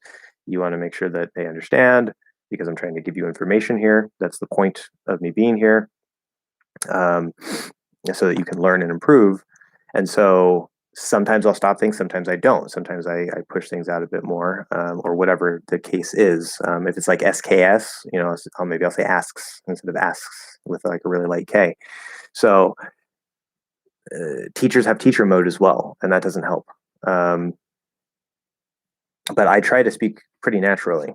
I try not to let that affect me too much, but I am aware that I'm speaking to you guys, and I know that not everybody can understand my full speed, even though I'm pretty close to it already. I'm speaking pretty naturally right now.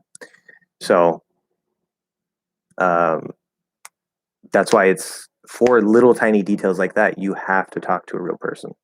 You have to. There's not really any way around it. Maybe you can get away with it if you watch, say, like reality TV, which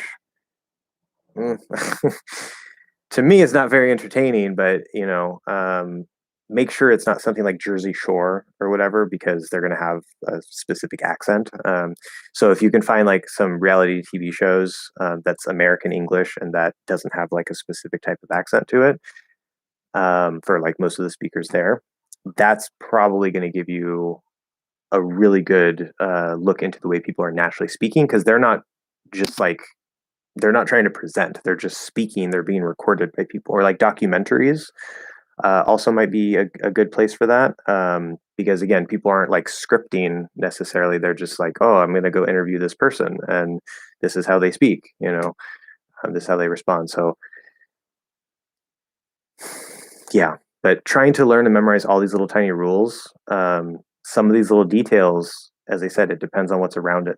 It can get complicated, and so you have to just pay attention to real speech.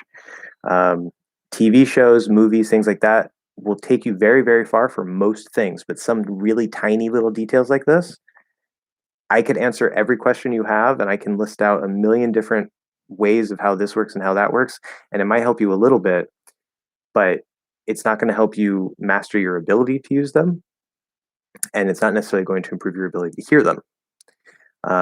It will probably have some effect, but you need to go out and you need to listen to it, find it in people's speech, and shadow it. Anytime you find it, shadow it, practice it, right? That's how you're going to improve. So, especially the smaller the question is, the more specific the detail is, the more you have to go straight to that, shadowing and noticing it. Speaking of dictionary voices, would you mind checking out the Oxford Learner's Dictionary entry for jam? This is the American voice. Okay, let's see here. Oxford Learner's Dictionary. Probably doesn't. I mean, the voice on dictionary.com doesn't sound completely natural to me anyway. I think some dictionaries actually have like, it sounds like people's voices, but a lot of them sound very automated. Jam. Let's see. Red one.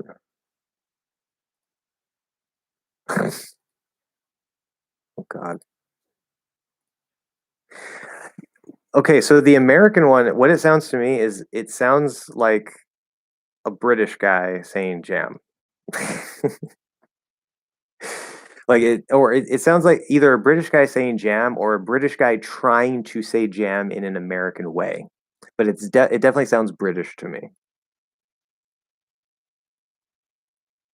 Yeah, and I hear almost no difference between the British and American pronunciation there. Well, on this thing, but obviously, like they're saying like jam, or that's not even right. That's Jamaican. How are they doing that? Let's see. Jam, jam, jam, jam. It's like it's really hard for me to mimic, but it's a little bit different than the actual American one, and they both sound the same. They both sound British. Um, but I very, very clearly hear him as a British voice. It does not sound like an American voice to me at all. As a dictionary, I use quite a lot. I've never seen or heard about this dictionary, so I can't give any tips on that. I always go to dictionary.com. I mean, a dictionary is a dictionary. They're all going to give you pretty much the same information.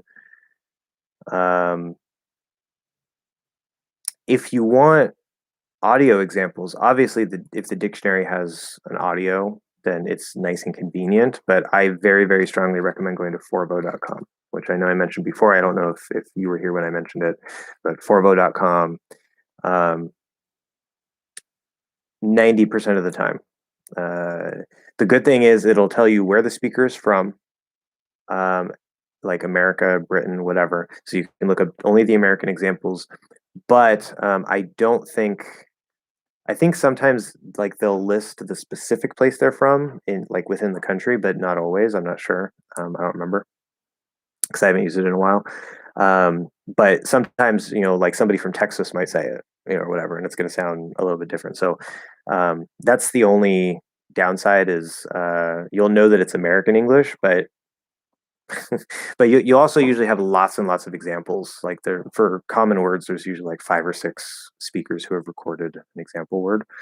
So it's not the perfect resource, but based on my experience, it's usually pretty accurate and pretty consistent. It's a good resource.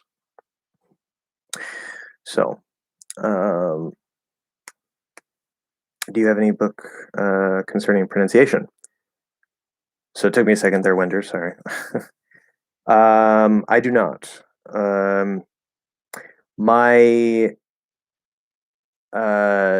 book, Speak English Easily with Point of View Stories about the Black Cat and Tom's Horrible Day, that can be used to some extent to help with your pronunciation, but it's a book about developing your speaking skills.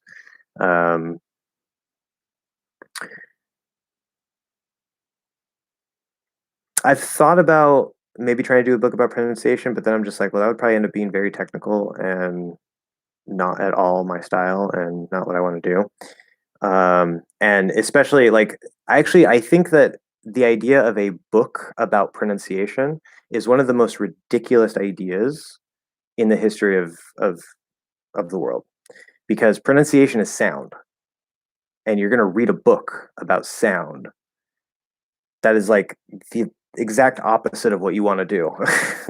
There should be no reading in pronunciation. There should be no reading in pronunciation. Now, obviously, yes, there's certain rules and there's certain things that you can read about and it can be useful. But at the end of the day, especially if you're reading, you're just getting knowledge. You're not actually getting, like in a book, you're not hearing like even simple examples of what they're talking about. So I don't think I ever would write a book on pronunciation because it's very counterproductive, I think. Um, in fact, my American English pronunciation course that I'm building has over 100 videos in it right now, and it's still going. I think I'm getting kind of near the end here.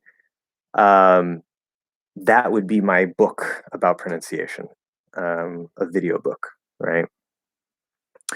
So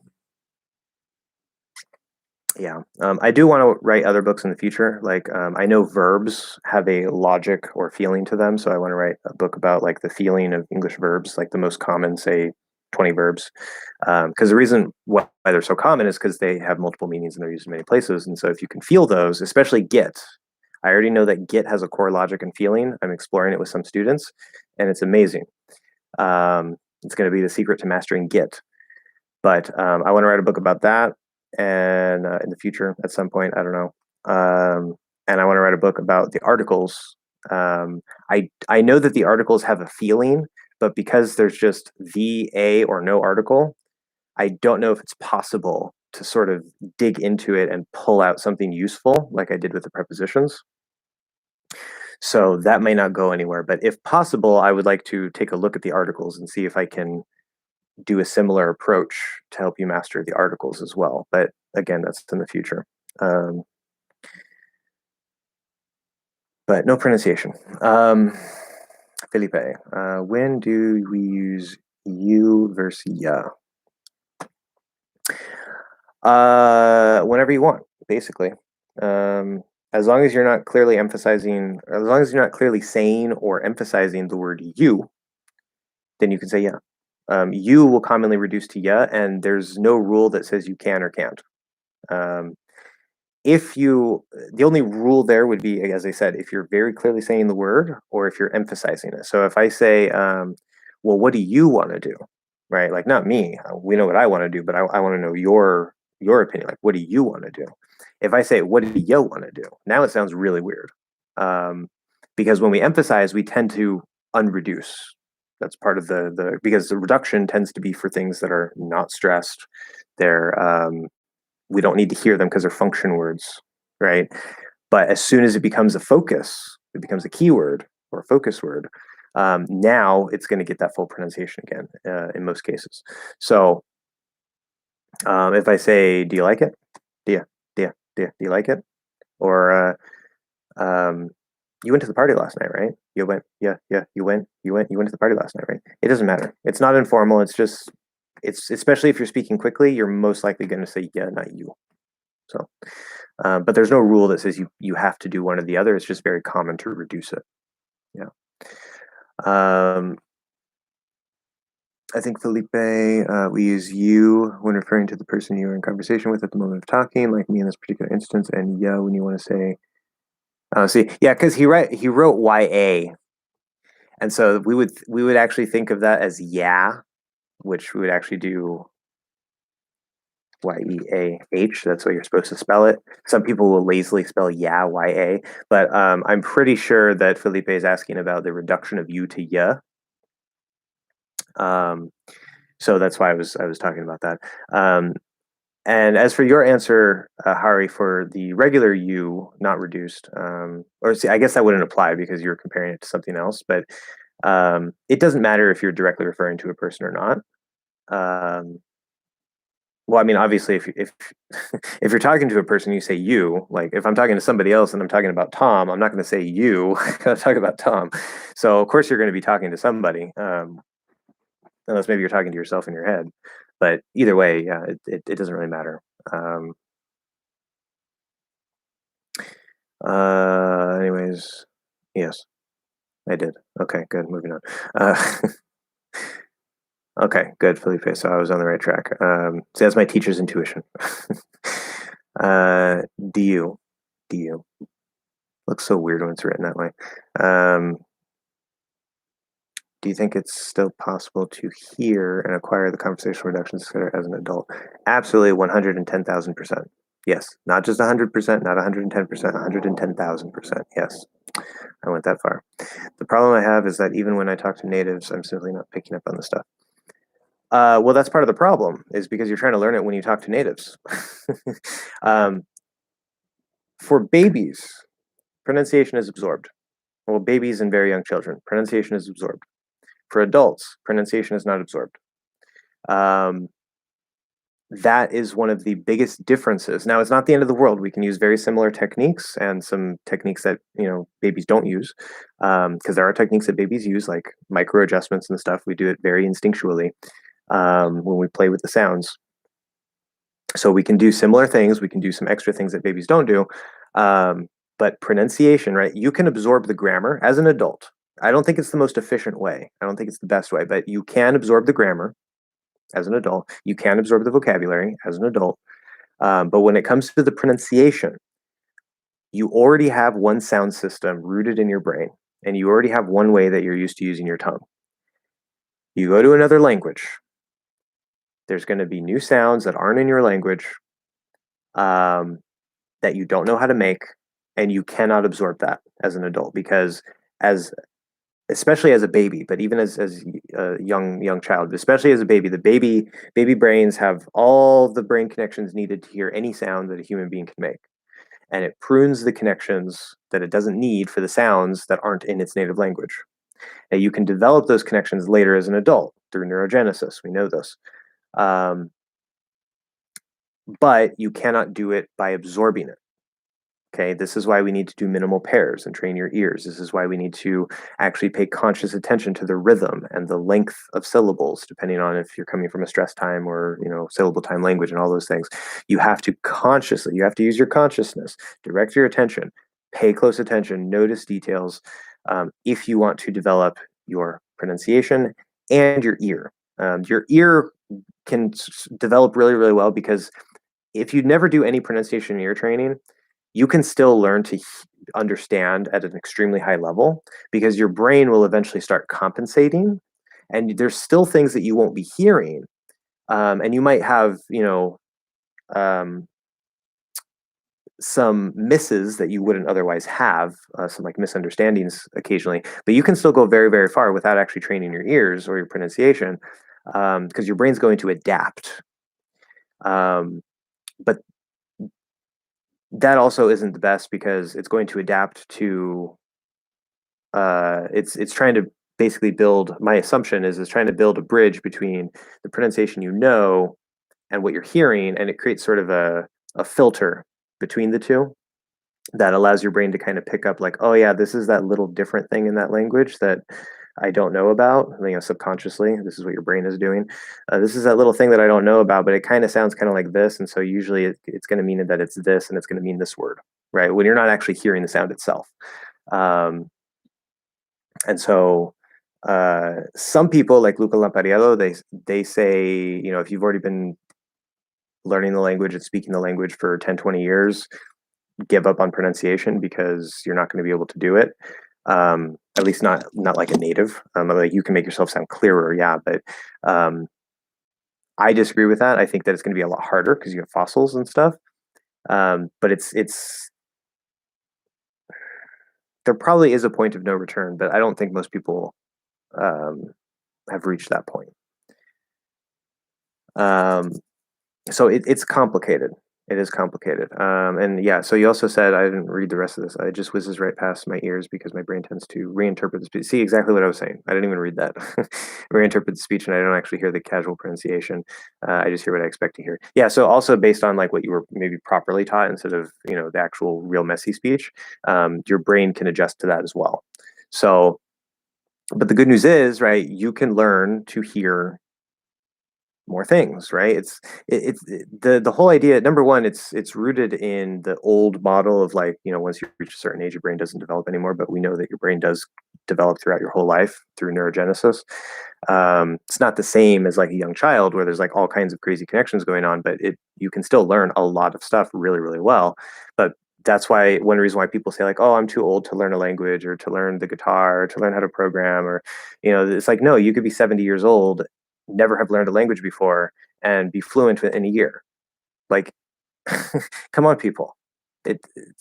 Let's throw out these ridiculous ideas.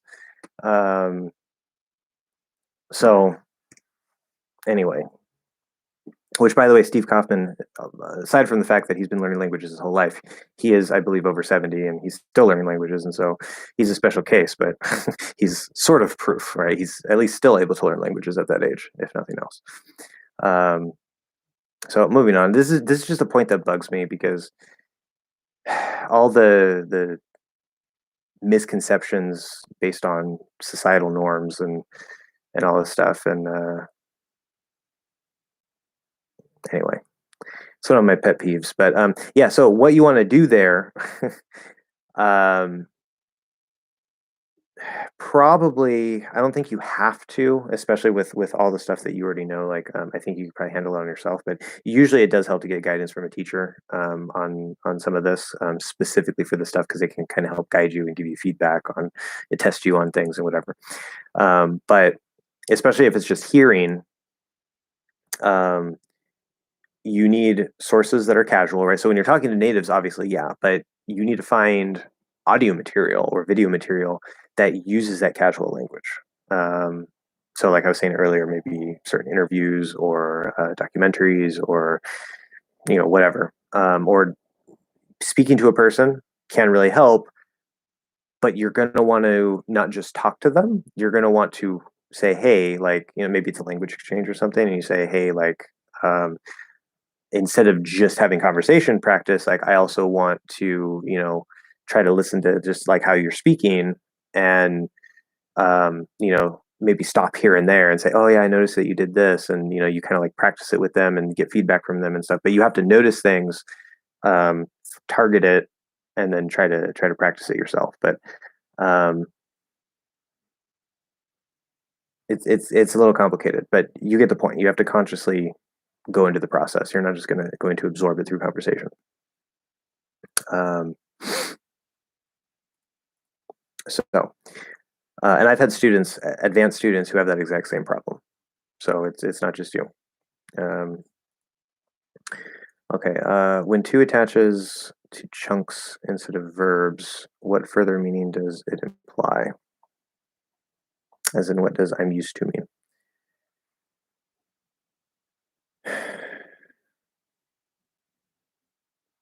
Well, first, I'm used to. It sounds incomplete. We just say like I'm used to it. We need something there. If you say I used to, the other meaning of used to without to be, that in itself is fine. It's sufficient. But I'm used to something. Anyway, aside from that, when to attaches to chunks instead of verbs, what further meaning does it imply? It doesn't really imply any other further meaning. If anything, it would depend on what the chunk is. So being used to something or used to doing something, um, the idea is it's normal. So, like, okay, let's see here. I used Okay, for example, if I say this, it's used to, or no, yeah, this is actually a good example. So if I say knives, this is also from the book, knives are used to cut food. Here we see used plus to plus cut. And that's because this is the normal verb used, to use, not the special construction used to. Um, and this is actually short for knives. Knives are tools that are used in order to cut food. Native speakers, more often than not, if it's in order to, we don't say in order. You can, there's no problem with it, but it's usually implied by the context that we mean in order. And if for some reason the context isn't clear, we'll specifically add in order and we'll know how to do that.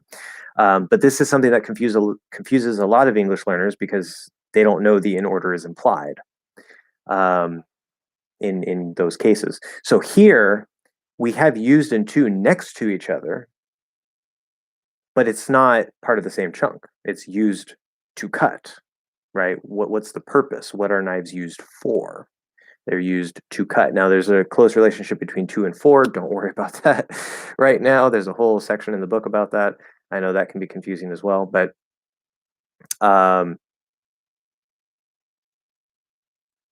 so where am I? Am I that far behind? Jesus, guys, come on.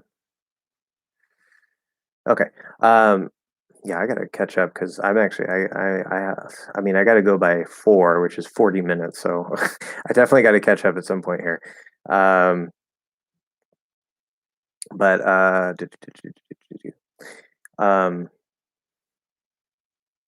yeah, I completely lost where I was. Did I skip some things?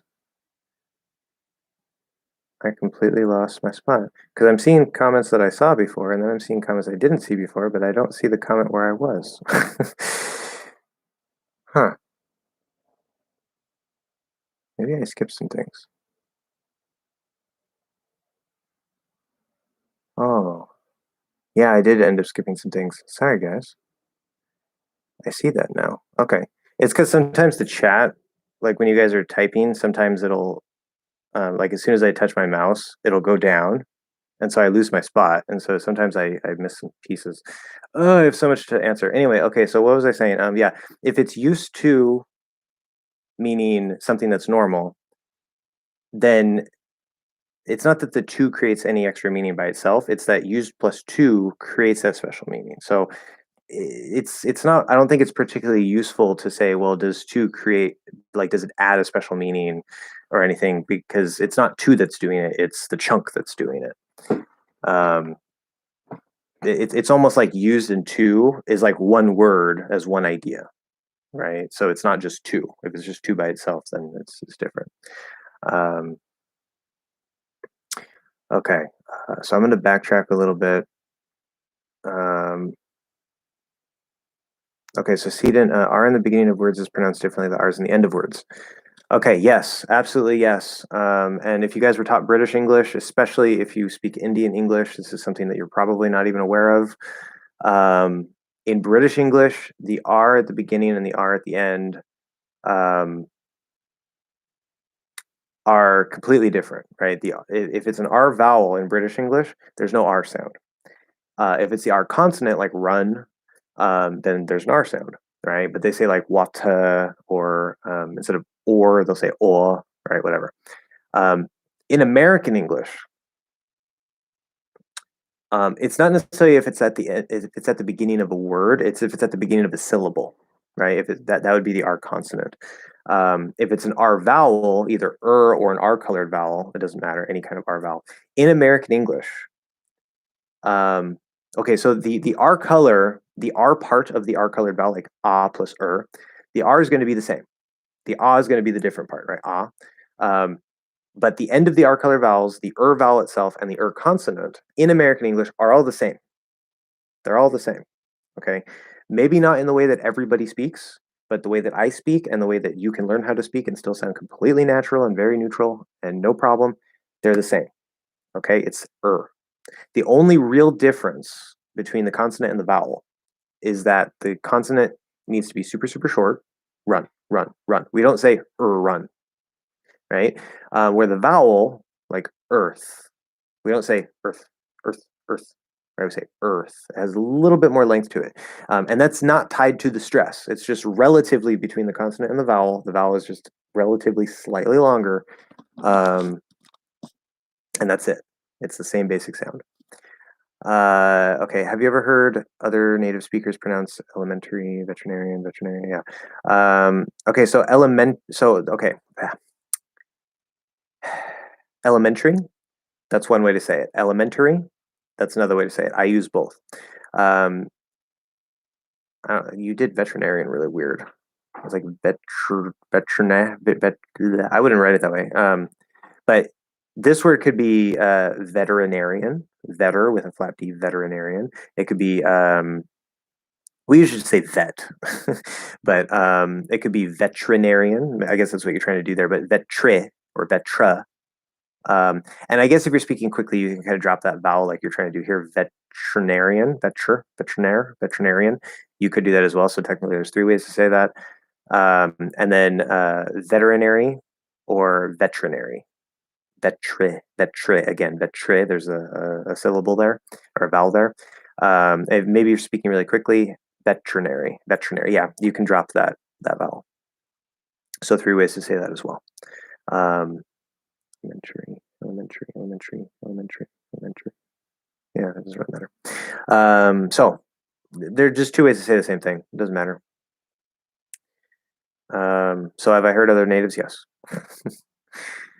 Okay, I'm used to playing in passive voice because of B plus verb 3. If so, what does it do to the said idea? Also, when to attaches to chunks instead of verbs, what is the extra? Oh, yes. Okay, so that was your original question there that I missed. I'm used to playing in passive voice because, so what does it do? So I'm used to playing. All this passive voice and a lot of these technical grammar terms, like they really don't matter that much. I'm used to playing. I wouldn't say that's passive voice. Because passive voice would be like, if I say, okay, I'm used to playing that game. Now, if I say that game is used to being played by me, which is a very strange way to say it, but perfectly grammatically correct, that would be passive voice. But there's no passive voice here.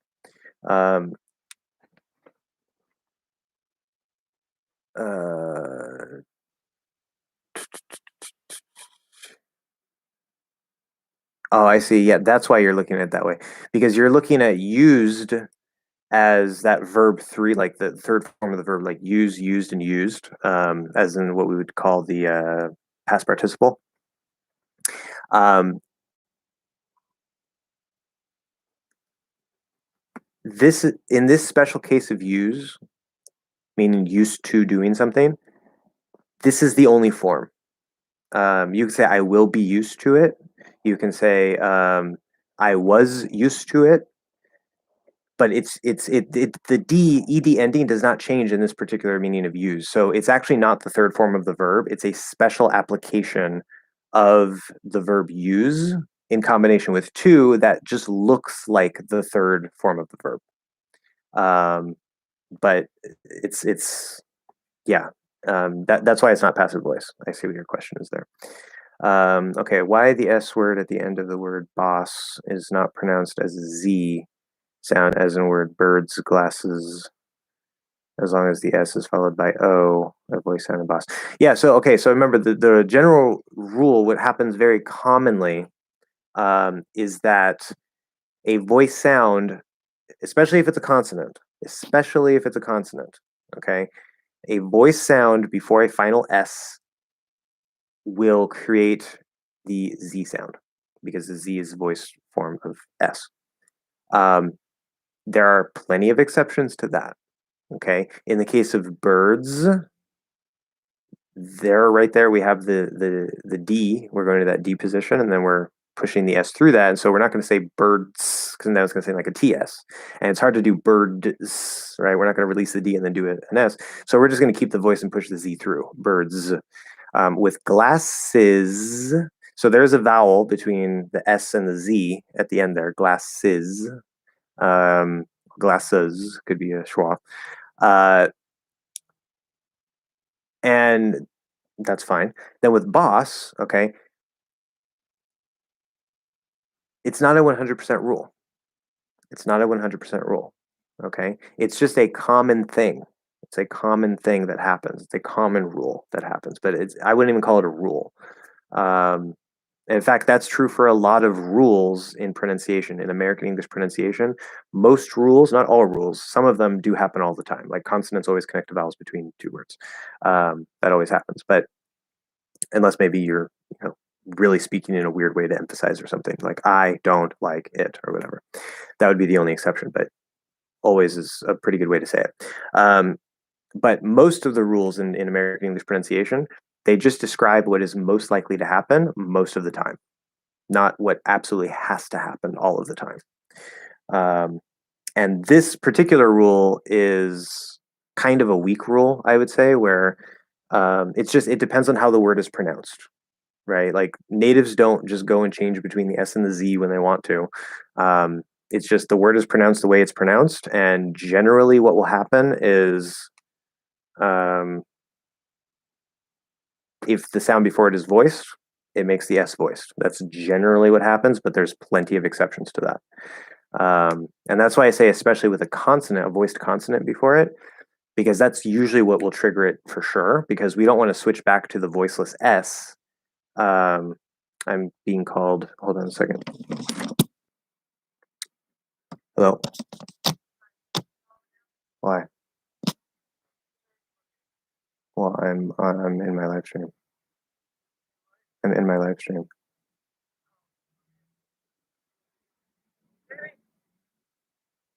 Okay, so I'll be over in like, I don't know, a couple hours. Yeah, because I'm gonna go to grandma's first. Oh, well then I guess I won't see them until Sunday. So then I'll come over after 4. I'm gonna try to finish this up by 4. So yeah. Okay, let me do. All right.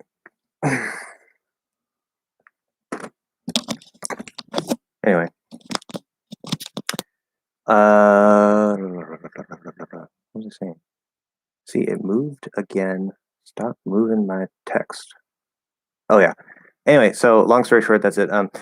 If now all vowels are voiced, right? And so that's probably why it does still commonly happen after vowels, but it really happens a lot after voiced consonants. Again, there are exceptions to that, but because all vowels are voiced, if that were 100% rule, then we would never be able to do an S after a vowel, right? And obviously the language doesn't work that way. There are plenty S's after vowels. So it just depends on how the word is, right? Which is why is has a Z sound, but this, which is spelled the same plus a TH in front of it, has an S sound. It's just how the word is. So yeah, that's another reason why I don't want you guys to rely on rules and stuff, because you got to listen to how people actually speak. You have to listen to the sound, not the rules, not what you read, what you hear. And if you can't hear it, train your ears. Okay, so I got rid of that piece that I missed before. Okay, moving forward. Okay, so student, hey Josh, did you answer question? I am working and watching your video at the same time. Please let me know. My question about the arson. Yeah, I just went back and answered it, which you probably maybe you've got already. So you have to go back a little bit before this point, 233, because the chat moved on me and I missed a section. So I did answer your question. It's in the recording. Einstein's okay. One are L and R consonants. Just kidding. Well, Yes, they're consonants, but they're also vowels, especially R, but also according to me, L is also a vowel. But yes, they are consonants, of course. But why do speakers pronounce cardio and Ronaldo with a D sound between vowels? What do you mean? Because there's a D there.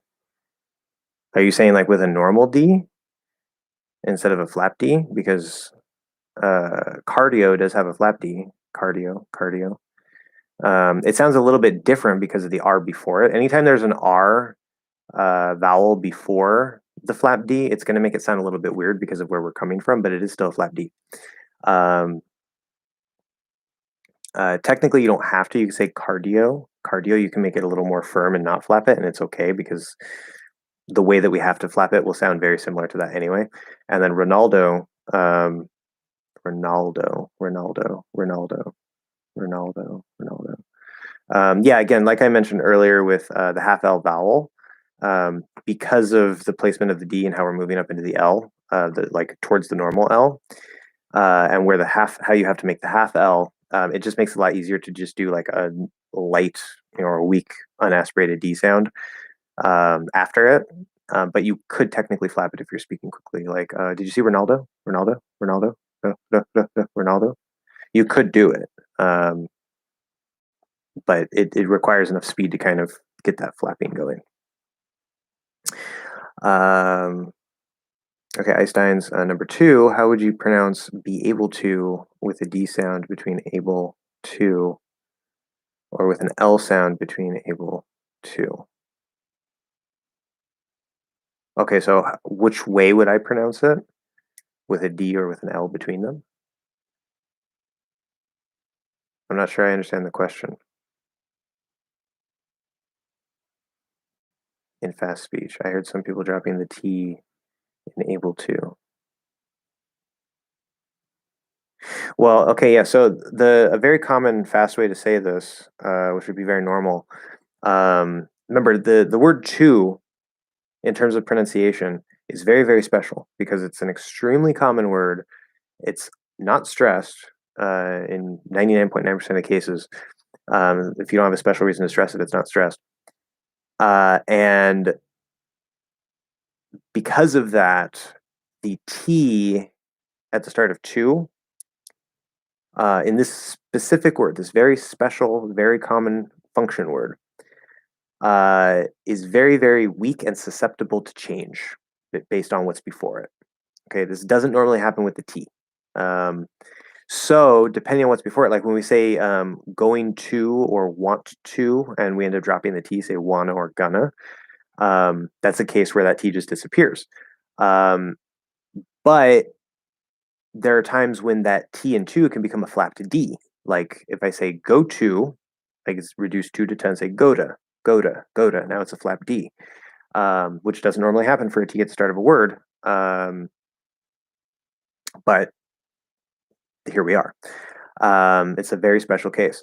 So what you can do, able, so L is voiced, right? Whether it's a vowel or consonant, it doesn't matter. It's voiced. Able to, able to, able to, able to.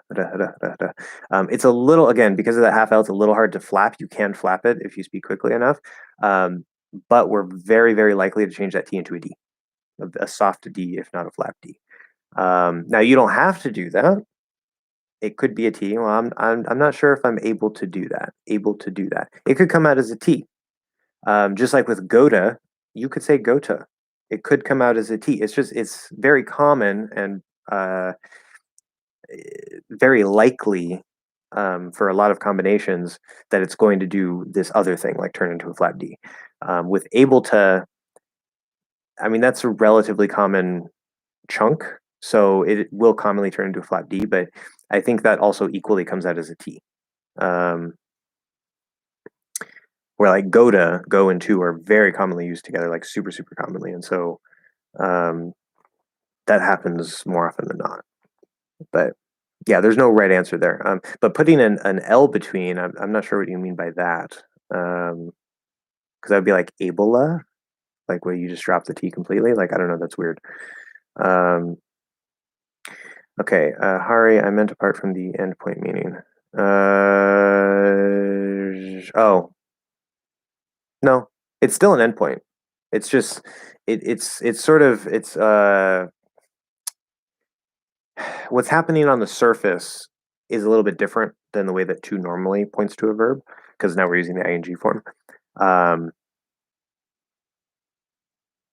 but it's still pointing it to it as an endpoint.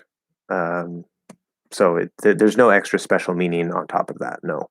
Uh, Not that I've identified. I mean, maybe you can say that because it's ing form, it feels more like a process, and so like maybe it's pointing to a process instead of just like the action or the idea of the verb itself. So maybe there's that, but I don't think that like even if that's true, I don't think it's a very important piece of it necessarily. So yeah, could be, but I don't think it matters. Needed flat versus needed. Well, okay, you're writing with an R, probably because I think if I remember it, Felipe. I know you're either a Spanish speaker or Portuguese speaker. I'm pretty sure Spanish speaker. I could be wrong. So I see you're writing with an R because that's how you're going to look at it from your language. Definitely doesn't look good in English as a phonetic transcription. Um, but yes, need it and need id, past tense, are going to be pronounced 100% exactly the same, except the very final sound in need it is going to be a T, which we can stop, need it. And the very final sound in the past tense of need is going to be a D, which we can also stop, needed.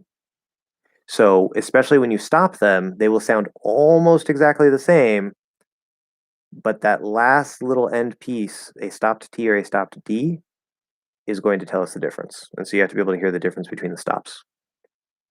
So side by side, it and then id with the ed ending, need it, needed, needed, needed. Very small difference there. Okay, loved your response to my last question. Acquisition of casual pronunciation as an adult. I was nodding throughout the entire thing. You're such a well wisdom, I suppose. Thank you. Good, we're on the right page. Yay. I don't know. What is the main point of what you told me? It is a dynamic thing. It depends on is the main point to flow the American speech better smoothly.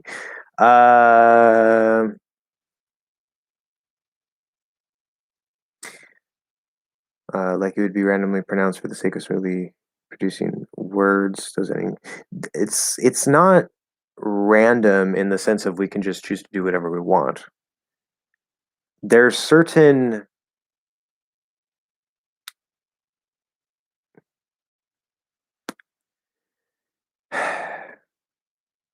for any given situation, right? Like, okay, the thing that most teachers usually teach you guys, which I'm also teaching you guys through like the main course so far, is the standard basic things, right? Which usually includes like the full pronunciation of words and sounds. So instead of like say need, there's a D there, right? Now, because a D that doesn't connect to anything at the end would very commonly be stopped instead of pronounced, I like to try to include that. And when I give my examples, instead I'll say need with that stop because you probably don't get enough practice with that from other sources. But a lot of teachers will teach you sort of like the full way to say a word or the full normal way to say a sound. And they might give you like, oh, here's like a casual way to say it, or here's a reduction, or here's this or that, and they'll give you some of those things. But they focus a lot on the full pronunciation of the word because partially, number one, because they want you to just speak clear and enunciate instead of sounding, perfectly natural and trying to make it perfect like a native, which you don't have to do, but if that's your goal, you should be taught how to do that. But number two, I think it's because that's the easy way to do it. And you do need to start there. You need to start with the basics. Like a D is a D, right? A is a, right? Where are these sounds? How do you make them? But in real speech, right? It's not that we can just change anything that we want. A lot of things are how they should be in the full, clear pronunciation of the word. But there are certain situations, like I like using the NT plus vowel rule because it's a really, really good, easy example to describe this. We say want out, okay? You could keep the T. If I fully clearly enunciate these two words, like I want out, I want out, it's possible to say it that way. Now, it sounds like maybe I'm really frustrated or I'm just trying to make it really clear to you. So I'm kind of almost separating my words. I'm saying, I want out. Okay, like you're not understanding. I'm trying to go out and you're not letting me go out. I want out. There's a reason to say it that way. That's not normal speech. Okay. In the flow of normal speech, although the T is always possible, technically, because the full pronunciation is always possible, it might happen to come out because that's how it's supposed to be in the nice clear way. Usually, if there's some sort of like linking rule in this case, if there's some sort of linking rule that can apply, it's very, very likely that that linking rule will apply. Okay. Um, and sometimes it doesn't apply because it just happens to come out not linked, like want out, or maybe you'll link the T instead of the N in this case. We're supposed to drop the T instead of saying want out. And so that's what I mean by it's dynamic, right? With what we were talking about before with the clusters, it gets really complicated because of those clusters and because of how stop sounds works. You're welcome, Seaton. But using this as a simple example, right? I could say want out, where I separate the two words. It's possible, very unlikely, unless you're emphasizing for a special reason and you have a reason to separate them like that. I could say, so we'll ignore that. We'll say that's not a possibility because it's very special. Okay. You could say want out, just connect the T, want out, want out. That's possible because the full pronunciation of want is with a T at the end, which we might stop, but we're not going to necessarily stop it. You can say want out. I mean, that's another way to stop the T. Want out. I want out. That's another way. So want out, stop T. Want out, connect the T. Or the NT plus vowel rule, drop the T and say want out. So that's three ways based on the full pronunciation, based on stopping the T at the end, which is the default thing to do for a stop sound at the end of a word. So that's one thing we could apply, or applying the NT plus vowel rule in this case. So based on those three possible situations, right, the full pronunciation is always one option. It's just not necessarily likely, right? But it could come out that way. It's possible. Then here we have stopping the T and dropping the T because of the NT plus vowel rule. So there's three ways that this could come out. And there's not a right or wrong answer, okay? Now, most of the time, we're going to do that NT plus vowel, okay? Most of the time. Especially in real, fast, messy speech, okay? But you'll also commonly hear that in, like, if you see somebody giving a presentation or something, they'll still commonly use that even if they're enunciating a little more because it's super, super common. But again, that's another reason why I say it's dynamic, because the slower you're speaking, the more enunciated you're speaking, the more that you might be emphasizing something, that will change, right? Even just the speed, right? The speed of your speech, all these factors will sort of move us closer to the full pronunciation or farther away from it with applying these linking rules or whatever rules there are. And so it makes it seem really, really complicated and impossible to learn. It's not. It is very complicated. It's complex. I'll say there's lots of moving pieces. And so far in my course, I've given you a lot of the basic pieces that like a lot of other teachers give you. I've given you some other stuff too. But when I finish this basic course, I plan on creating an advanced course. And that's going to go a lot more into some of these details and stuff. And some of the small details that maybe I haven't told you guys, like I know I mentioned this in a live stream, but for example, in Western American English, the e and e actually are commonly pronounced a little bit lower than in the rest of the country. And it doesn't really matter because they still sound like it's still the same sound. It sounds very microscopically slightly different in terms of the exact position, but they still sound like I and eh, second sound and third sound. But that's not something that you need to know, from the start. right? Once you get e and a down, or sorry, not e and a, I and e down, and first you have to separate e and I. That's important. Separate I and e. Separate e and a. And once you get that, then you learn, oh, there's actually this other way where I can lower it. It's kind of easier for me to do it that way, so I'm going to do it that way. So there's little details and stuff that I want to make in sort of like an advanced course later. But it's not that it's random. It's that there's multiple possibilities based on speed, based on the particular sounds that are involved. And so there's a limitation of what is possible, right? It's just that because there are so many different combinations and scenarios of sounds together and where they are in the word and stuff, that's what makes it so complex. And you technically don't even have to learn all that. You were asking me, so I don't know specifically. I'm talking to you. You were asking me about like a lot of these really, really super, super specific, detailed questions about like, oh, how does this work? Like, how do these clusters work at the end with stop sounds and stuff? And it's like, and it's a good question. I'm not saying it's a bad question, but that's a detail that you don't necessarily have to follow, right? Because as I said, it's really messy. So like, if you just always want to say like say with like BD, you just pronounce the B and the D. That's the easy way to do it, and you can get used to doing it that way. And then as you notice, as you pay attention, you're always trying to pay attention to how natives are actually speaking. And as you notice the way that real people are speaking in real English, um, you start to notice, oh, hey, I see with this BD, when it's followed by this, a lot of natives say it this way instead of the way I say it. Okay, so in that case, like say if it's a th after, right? So instead of saying nabbed it, they say nabbed the. And so they're doing that dental nabbed the. So it's going to sound slightly different, but if you pay attention, you notice that, you say, okay, so if there's a voiced th after, I'm going to add this little detail to my speech.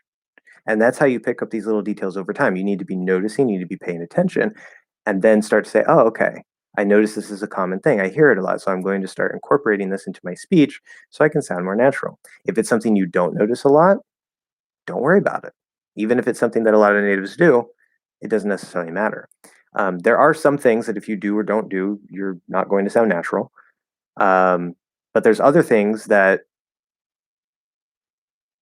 they're such small details that it's better to try to learn them over time by paying attention rather than trying to learn a bunch of little rules that you then can't just put into your own speech because you're trying to learn all these little rules at once. The more specific and small the rule is, the more you need to pay attention and the more you need to try to practice it, not just um, memorize it. So anyway, oh my god, I really have English phone call. Yeah, difficulty level nightmare mode. Yeah. Yeah, that's how I talk a lot of the time. So you could tell for you guys, I do speak a little bit more clearly. I'm still linking very well. I'm still speaking very very quickly, but I'm aware of who I'm talking to. Or if I'm talking to my friend or family member, which I mean I don't always mumble, but I've been told that I do mumble. So might be talking like this, just really really unclear, hard to understand. Just whatever. I don't know. And that's a problem. That's the problem I have, but that's okay. Anyway, moving on.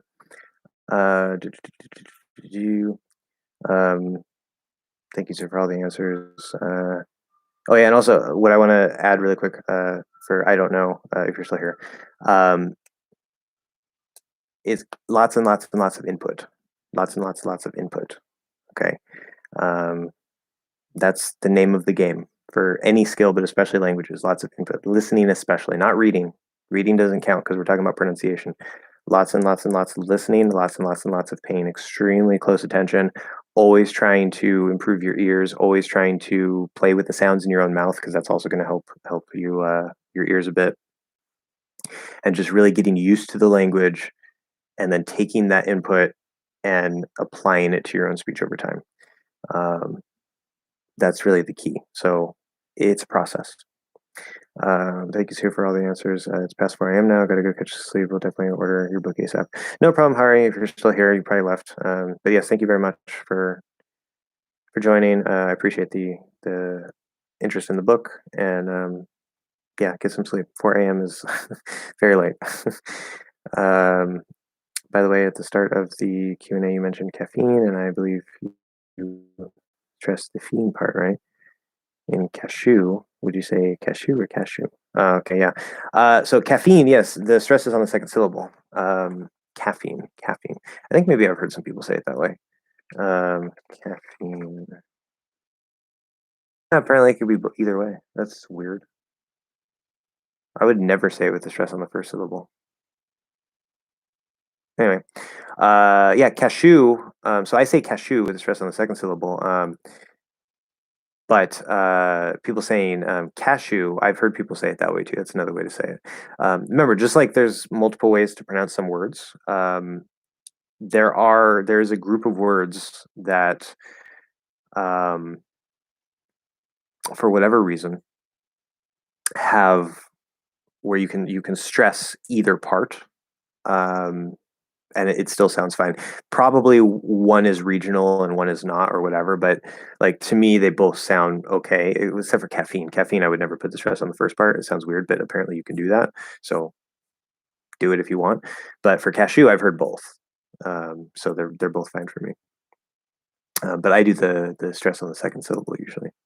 Gotta go catch some Z's as well. You're awesome. Thank you so much. No problem. Thank you. If you're still here, I know it took me forever, but you can go now. Thank you for stopping by and joining our conversation. Hope to see you next week. If not, then I know people get busy, but hopefully. Felipe, Brazilian Portuguese. Yes. Okay. This answers that question. Steve finally came right when we're about to end. I'm trying to finish up here. No more questions, guys, because I got to go in like 5 minutes. Can you help me to pronounce T and TS? I feel FEEL. I feel like I'm doing a very similar sound with or without the S. So, like for example, if I say what or what's, well, regardless, what I would say. So the T sound, we know it can be strong, just aspirate. It can be weak, like just it's just not as much air force, and it can be stopped. Now, if I say what, that's probably going to be stopped, or I could say it with a weak T. What? That's fine. It's just most likely going to be stopped if there's nothing after it. Now, the S, if you do TS, this is actually an illusion. It's an illusion. There's no T in the TS combo. Okay, there is no T in the TS combo. What we're doing is you go into the T position. It's the same for DZ, by the way. But you go into the T position, and we're not going tss, tss, right? We're not releasing the T. The T never gets released. And so I think it's often called like an unreleased T or whatever. But at the same time, it is released because the position of the T gets released. So the T sound itself doesn't get pronounced, right? So I wouldn't call it an unreleased T because there is no T. If I say what's, like what apostrophe S, I'm going into the T and then I'm just pushing the S through that position. So if you're trying to say T and S with a T, that's probably the problem. What you want to do is just close into the T position, right? Remember, which does not touch the teeth in American English. It's up here. And then you just open that. Don't try to say a T sound. Just push air through it and slowly open your tongue a little bit into that S position. And it's going to give you tss, tss. So we think of it as like a TS, but in reality, there's actually no T there. It's just an S that's being forced through the position of the T. So I hope that helps. If not, we could talk about that more maybe next time. Thanks for answering my question. Problem, Stephen. Okay, sorry I couldn't answer to the able to question. No answer to, just answer something. We don't answer to does exist, but that sounds like somebody's boss, especially like in the military, like you answer to somebody above you. Usually we answer something, answer a question. So sorry I couldn't answer the able to question, but you did give the answer I was looking for. Okay, good. Now I know abla. Sounds weird. Yes. Yeah, okay, yeah. So see, I couldn't even read that right. Yeah. Abla. Abla. I'm able to do it. I'm able to do it. Are you able to do it? Are you able to do it? Yeah. Like I get maybe in really, really fast speech, you can kind of just drop it and just make it an L, but it does sound weird to me either way. I would definitely make it like a D sound, flat D. Able to do it, able to. Yeah, people sometimes get really, really lazy. Um, but okay, when ed comes before td, this e can be both pronounced as it and or not. I think you mean comes after. Because if it were before, it would be EDT or EDD. Yes, so yeah, usually the E and ED is silent unless there's a T sound or D sound before it. And we can also apply the NT plus vowel rule, connect the N, like wanted can become wanted. We still keep the sound in the E there. But can it be pronounced as it or Yeah, so I wanted to go. I wanted. I wanted to go. I wanted.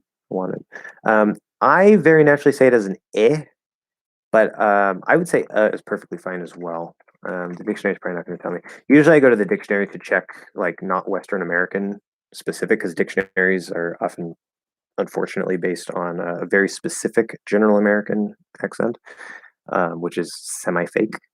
But I don't know if it's going to give me the past tense here. Oh, it does. Yeah. So according to the IPA transcription, which again I don't fully like or trust, it does show me not It doesn't show the schwa. And that's how I say it. But if I try to say wanted, like especially really quick, I'm not trying to like say wanted. I'm just saying, oh, I wanted to do that. It sounds okay with a schwa. I would say both are fine. But I think is how it's probably supposed to be. Yeah. Hey Josh, hey guys. Rodrigo, you finally get here. We're gonna leave like right now. Like no more questions because I have to go. Like I'm just trying to finish up here. Sorry. If you can get one question out really quick because you remember, I can answer your one question. So you have until I finish answering these remaining questions. But then I have to go. So some people say pronunciation at the end of the schwa sound turns to the ah. Oh, ah, as in bar. Yeah, stupid IPA. Or stupid whatever things. That would be the unmerged way. I would put AW for the English Act merger way, but yeah, it's bar. For example, the word banana, could that happen in words like gonna or the phrase had to go? Okay, so some people say pronunciation at the end of the schwa turns to. Okay, so just so we're clear, so when you say the sound as in bar, I don't know why you're using an R colored example there. So it's, are you saying the sound ah? Because that's the sound in bar, it's just R colored. So it'd be like the same sound in saw, for example, saw, or on, or thought, or not. So I'm not. So the word banana, but either way, I guess it doesn't matter because the answer is no. Like we don't say like banana or banana, or I guess it's not as banana. No, never. It's banana. Gonna is a schwa. It's not gonna, or hadta. Like that doesn't make any sense. Sorry for insisting on the same. But that's fine. Okay. So unless maybe I'm interpreting this as the wrong sound, but no, it's a schwa. I don't see how it could be anything else. and people who say that it could be something else, that it turns into a different sound, they're probably speaking a regional dialect or something. Um, if I'm there's a funny way that we can speak. It's like a joke way to speak. It sounds very mechanical and kind of exaggerated in a way. And we don't use it as a normal form of speech, but we might use it to say certain words or something, just to like make it sound kind of funny. We just play with it. And so if we do that and there's like a schwa at the end, like in these words, what we might do is actually use ah. So I say like banana, banana, or I'm gonna do it. In those special cases where you're really manipulating the language for like a special effect, technically, yes, you could make it into ah, but that is a super, super specific special case that is not in any way related to the way that we normally speak. So the simple answer would be no. That is absolutely wrong. We don't do that. It's going to be a schwa. Okay. Einstein's, how do you guys pronounce words with STS? I was just talking about this. Okay, I'll come back to that in a second. Just wanted to say hi, haha, couldn't join you guys before because I was at work. Okay, well, that's unfortunate, but glad that you're here, that you made it at the last minute here. I hope you're doing well and all that, of course. But I wish you got here a little bit earlier because I could have got some questions in. But if you just want to say hi, that's good. Always good to see you. So Einstein's, how do you guys pronounce words with STS? So,